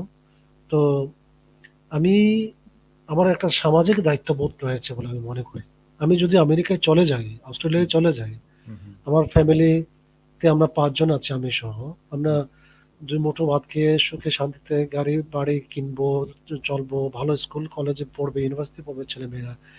নিজেদের মধ্যে নিজেদের কি বলে রিলেটিভলি একটা সুখ শান্তি মানে শান্তিতে থাকতে পারবো। হ্যাঁ? এটা আমি জানি, আমি বুঝি। কিন্তু আমি যাচ্ছি না। আমি আমি ভাবছি আমার ছেলেমেয়েরা যাবে, আমি যাব না। আমি বাংলাদেশেই আমি আমার জাতিগোষ্ঠী বা আদিবাসী জাতিগোষ্ঠীদের পাশে থেকেই প্রত্যক্ষভাবে পরোক্ষভাবে যতটুকু সামর্থ্য আছে, সামর্থ্য অনুযায়ী সহযোগিতা করব। এই একটা কমিটমেন্ট করেছি আমি নিজেকে। হুম, হুম, এজন্য যাচ্ছি না। হুম, হুম, আমি আমার এই প্রমিস বা কমিটমেন্ট যেটাই বলি, আমার ছেলেমেয়েরা বা আমার পরবর্তী জেনারেশনে যাবে, বাট আমি নিজে যাব না। এটা আমার একটা কমিটমেন্ট। যতদিন বেঁচে আছি দেশেই থাকবো। যেভাবে মানে আছি এখন, আমি মনে করি যে কোনোভাবে খারাপ কোনোভাবে খারাপ পর্যায়ে নেই। আমি আমার কমি জাতিগোষ্ঠীর মধ্যে বেশ ভালো অবস্থানেই আছে রিলেটিভলি। হুম, হুম, সুতরাং এই অবস্থান থেকে আম তাদেরকে সেবা দেওয়া বা কোনো আমাদের আদিবাসী জাতিগোষ্ঠী সুখে দুঃখে পাশে দাঁড়ানো, এটা আমার নৈতিক দায়িত্ব বলে আমি মনে করি। সুতরাং এই জন্য থেকে যাওয়া। আমি মনে করি আমি যদি অস্ট্রেলিয়া, আমেরিকায় চলে যেতাম, তাহলে পরে আমার সমাজ থেকে আমি প্রশংসার পরিবর্তে কি বলবো এটা অপবাদ পেতাম বেশি, নিঃসন্দেহে। এক শিক্ষিত হয়ে গেছে, সেই নিজ জাতিগোষ্ঠীকে ভুলে গিয়ে দেশে বিদেশে এখন আমেরিকা, অস্ট্রেলিয়ায় চলে গেছে। সমাজের জন্য কি অবদান রাখলো? প্রথম শিক্ষিত হয়েছে, কি হয়েছে? এ ধরনের অপবাদ শুনতে হতো। আমার মা-বাবা, ভাই-বোন বা আমার পুরো গোষ্ঠীকে শুনতে হতো। এই অপবাদ শোনার বা অপবাদ দেওয়া আমি মানে আমার কাছে খারাপ কিছু না। স্বাভাবিক কারণেই হবে। তারপরেও আমি ওই সেন্সে আমি থেকে গেছি সেটাও না। আমার নৈতিক বা সামাজিক দায়িত্ববোধ থেকে আমি থেকে গেছি। এরা যারা আমি যদি ইনফ্যাক্ট আমি যদি কোনো চাকমা পরিবারে বা মারমা পরিবারে, ত্রিপুরা পরিবারে জন্ম হতাম বা এরকম সুযোগ পেতাম, আমি চলে যেতাম নিঃসন্দেহে, কোনো সন্দেহ নেই। বা গারো পরিবারে হলে। কারণ আমার মতো শত হাজার চাকমা, মারমা, গারো, ত্রিপুরারা আছে যে সমাজকে সেবা করবে। আমার ক্ষেত্রে সেটা নেই। হয়তো এই উঠে আসছে, আরো ১০ বছর পরে উঠে আসবে। আমার চেয়েও অনেক শিক্ষিত বের হবে নিঃসন্দেহে। আ হয়তো এখন ইউনিভার্সিটি প্রায় ১০-১৫ জন আছে কবি জেলায় লেখাপড়া করছে। আমি জানি হুম। না আমি তাদের জন্য কতটুকু অনুপ্রেরণা হিসেবে কাজ করতে পেরেছি। হয়তো তাদের কাছে আমি একজন অনুপ্রেরণা বা তাদের যে হায়ার স্টাডিজে যাওয়া, হুম, হুম। তাদের একটা উৎসাহের কারণ হতে পারে। আমি যদি অস্ট্রেলিয়ায় চলে যেতাম হয়তো নাও হতে পারে। এ হলো একটা বিষয়। বিদেশে চলে যেতাম। এজন্য থেকে যাওয়া, এর বেশি কিছু না। আ না, আমরা একদম খুব ভালোভাবেই বুঝেছি। এখানে মূলত কে কি বলছে সেটা না, আপনার নিজের তাগিদেই যে আমরা যেটা বলছি যে অন্তরের তাগিদ, হ্যাঁ? অন্তরের তাগিদ বা নৈতিক টা আমরা একটু বড় করে মানে অনৈতিকও বলব না, আমরা অন্তরের তাগিদ থেকেই থেকে যাওয়া। আমরা যা কাজ করি, আমরা যে সিদ্ধান্ত নেই, তো মূলত এটা একটা স্ট্রং একটা ফিলিং যে আমি নিজেকে নিজে সন্তুষ্ট করা বা নিজের বা কে কি বলছে সেটা তো ভালো-মন্দ এখন একদিকে অনেকে ভালো বলছে, একদিকে অনেকে আবার মন্দও বলছে। এটা ব্যাপার না। আপনি চলে গেলে হয়তো অনেকে আবার ভালো বলবে, অনেকে আবার মন্দ বলবে। তো সেটা না। কে কি বলছে সেটা একটা নিজেরকেই নিজে যে অন্তর থেকে ভাবা বা অন্তর থেকে যে অনুধাবন করা যে আমার থেকে যাওয়াটা উচিত আরকি তা। তো যাই হোক আমি আমি শুনেছি আপনার আগের যে ইন্টারভিউ গুলা। তো এটাতেও আপনি বলছিলেন আমি সবার কাছে শোনানোর এটা ইচ্ছা হলো এই কারণে যে এটাও একটা ভাষা রক্ষার বা আমাদের কি রক্ষার একটা উপায়। এই যে চেতনা, আমি চেতনার কথা বলছি। হ্যাঁ? এই যে আমি বিদেশ বিভূঁই বা আপনি কিতে থাকেন বা দেশেই থাকেন, যেখানে থাকেন এই যে নিজের সংস্কৃতিকে ধারণ করা, নিজের ভাষাকে ধারণ করা, নিজের ঐতিহ্যকে নিয়ে মানে মানে জীবনযাপন করা, ওইটাও আমাদের একটা নিজেদের একটা চয়েস। তো আমরা প্রায় অনুষ্ঠানের বা আয়োজনের শেষের দিকে চলে আসছি ১-১.৫ ঘন্টার মতো হয়ে গেছে। তো আমরা আজকে যে ভাষার বিপন্নতা বা যে বিপন্ন ভাষা বা বিলুপ্তপ্রায় ভাষা নিয়ে আমরা যেটা আলাপ করছি, ওইটা আমরা সম্পূর্ণ আলাপ করতে পারি না। আমরা জাস্ট একটা প্রভোক আমরা জাস্ট কি বলবো? শুরু করেছি বলতে পারি। কারণ এটা নিয়ে আমরা আরো অনেক আলাপ করব অনেকের সাথেই। তো লেলুংদার সাথে আমি যেটা আলাপ করেছি সেটা হচ্ছে যে আমাদের এই চেতনাটা থাকা দরকার। আমরা মানুষ হিসাবে একেকটা ভাষা পরিবারের, হ্যাঁ? একেকটা এথনিক বা একটা জাতিগত একটা পরিবারে আমরা জন্মগ্রহণ করেছি। আমাদের দায়িত্ব আমাদের মানে নৈতিক বা আমাদের অন্তঃস্থ আমরা মেনে নিতে হবে যে আমরা ওই ভাষা বা ওই সংস্কৃতিটাকে বাঁচিয়ে রাখতে হবে। এখানে সরকারের অবশ্যই আ সহযোগিতা লাগবে। পাশাপাশি যারা আমরা বলব আ সরকার বা আমরা প্রাইভেট তারপরে হলো আপনার এনজিও সবার সহযোগিতা নিতে হবে। কিন্তু সবচেয়ে বড় দরকার হলো আমাদের নিজেদের। তোমরাও যেটা বলছেন যে আমাদের নিজেদের উদ্যোগ বা নিজেদের যেটা থাকতে হবে বেশ। তো যাই হোক আমরা আর কথা বাড়াচ্ছি না। একদম শেষ বা উপসংহারে চলে আসছি। আপনার মানে শেষ আপনার অডিয়েন্স যারা শুনছেন বা যারা শুনছেন, আজকে যারা মন্তব্য করছেন সবাইকে আবারও আন্তরিক ধন্যবাদ জানাই, শুভেচ্ছা জানাই। উনাদের উদ্দেশ্যে আপনার যে শেষ কথা বলবেন, আ কথা বলবেন বা আপনার আর কি বলার না যে কিছু বলতে যদি চায় বা সেটা পরামর্শও না বা কোনো ধরনের কিও না, আবেদনও না। একদম খোলাখুলিভাবে আরকি মনের কথা যারা শুনছেন, হয়তো আগামীতে যারা শুনবেন। তো আমাদের ভাষা নিয়ে, আমাদের সংস্কৃতি নিয়ে আপনার যদি কিছু বলার থাকে, খুমিদের নিয়েও আরকি আমাদের খুমি ভাষীয় অনেকেই হয়তো শুনছেন। হ্যাঁ? পাশাপাশি বান্দরবন বা ঢাকা থেকে অনেকেই যুক্ত হয়েছেন। হুম? সবার উদ্দেশ্যে যদি কিছু অডিয়েন্স বল হ্যাঁ, শেষ যে উপসংহারের কথা বলেছেন, ইনফ্যাক্ট আমি অডিয়েন্সের উদ্দেশ্যে যতটুকু না বলতে চাই, তার চেয়ে বেশি দৃষ্টি আকর্ষণ করতে চাই হলো এই আদিবাসী জাতিগোষ্ঠীদের ভাষা সংস্কৃতি রক্ষার দায়িত্বে যারা রয়েছেন পরিসীমিত লেভেলে, তাদের দৃষ্টি আকর্ষণ করতে চাই। কারণ আম অডিয়েন্স বলি, আমরা সাধারণ মানুষ বলি, যতটুকু না আমাদের করার আছে, তার চেয়েও আমাদের যদি আ নীতিগতভাবে অথবা আর্থিকভাবে যদি সহযোগিতা পাই সেই কর্তৃপক্ষদের কাছ থেকে। এখানে আমি কর্তৃপক্ষ বলতে বুঝেছি সরকার তো আছেই। সরকার আরো আপনার ইনস্টিটিউশনের কথা যদি যে আন্তর্জাতিক বাচ্চাবাড়ি ইনস্টিটিউট, আ জেলা পরিষদ, তারপরে হচ্ছে ক্ষুদ্র নৃগোষ্ঠী সাংস্কৃতিক ইনস্টিটিউট গুলা। এই ৩ প্রতিষ্ঠান এই বিভিন্ন জাতিগোষ্ঠী বিশেষ করে বিলুপ্তপ্রায় ভাষাগোষ্ঠী ভাষিক ভাষাভাষী বিলুপ্তপ্রায় ভাষাগুলো রক্ষা করার জন্য এই ৩ প্রতিষ্ঠানের ভূমিকা খুবই জরুরি। তাদের সুনির্দিষ্ট একটা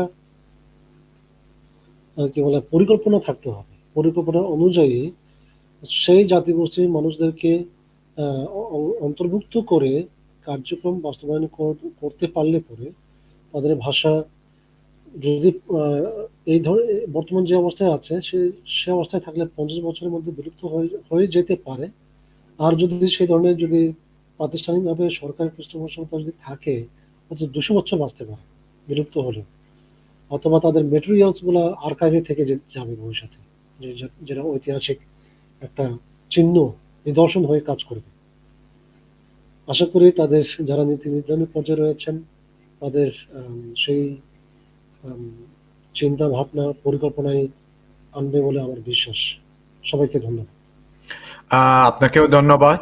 আমরা দীর্ঘক্ষণ ধরে আপনার সাথে অনেক আলাপ করেছি। নেট একটু দুর্বল। সে কারণে হয়তো কিছু সময় বা অনেক সময় মানে খুব মানে বেশিরভাগই আমরা খুব স্পষ্ট শুনতে পারছি। আর হলো ২-১ টা জায়গায় শুধুমাত্র একটু কেটে আসছে। বাট বেশিরভাগই আমরা শুনতে পাচ্ছি এবং আপনার কথাগুলো আমরা খুব ভালোভাবেই শুনেছি এবং অনুধাবন করেছি। তো আশা রাখি আমরা যারা এটা নিয়ে কাজ করছেন, যারা নীতি নির্ধারণী বা যারা পলিসি মেকিং এ আছেন, যারা শুনবেন বা যদিও না শুনতে উনাদের কাছাকাছি যারা আছেন উনারাও বলবেন এই বিষয়গুলো যাতে একটু দৃষ্টি দেন। তো সবাইকে ধন্যবাদ জানিয়ে আজকের এই প্রোগ্রাম লাইভ শেষ করছি। ধন্যবাদ সবাইকে।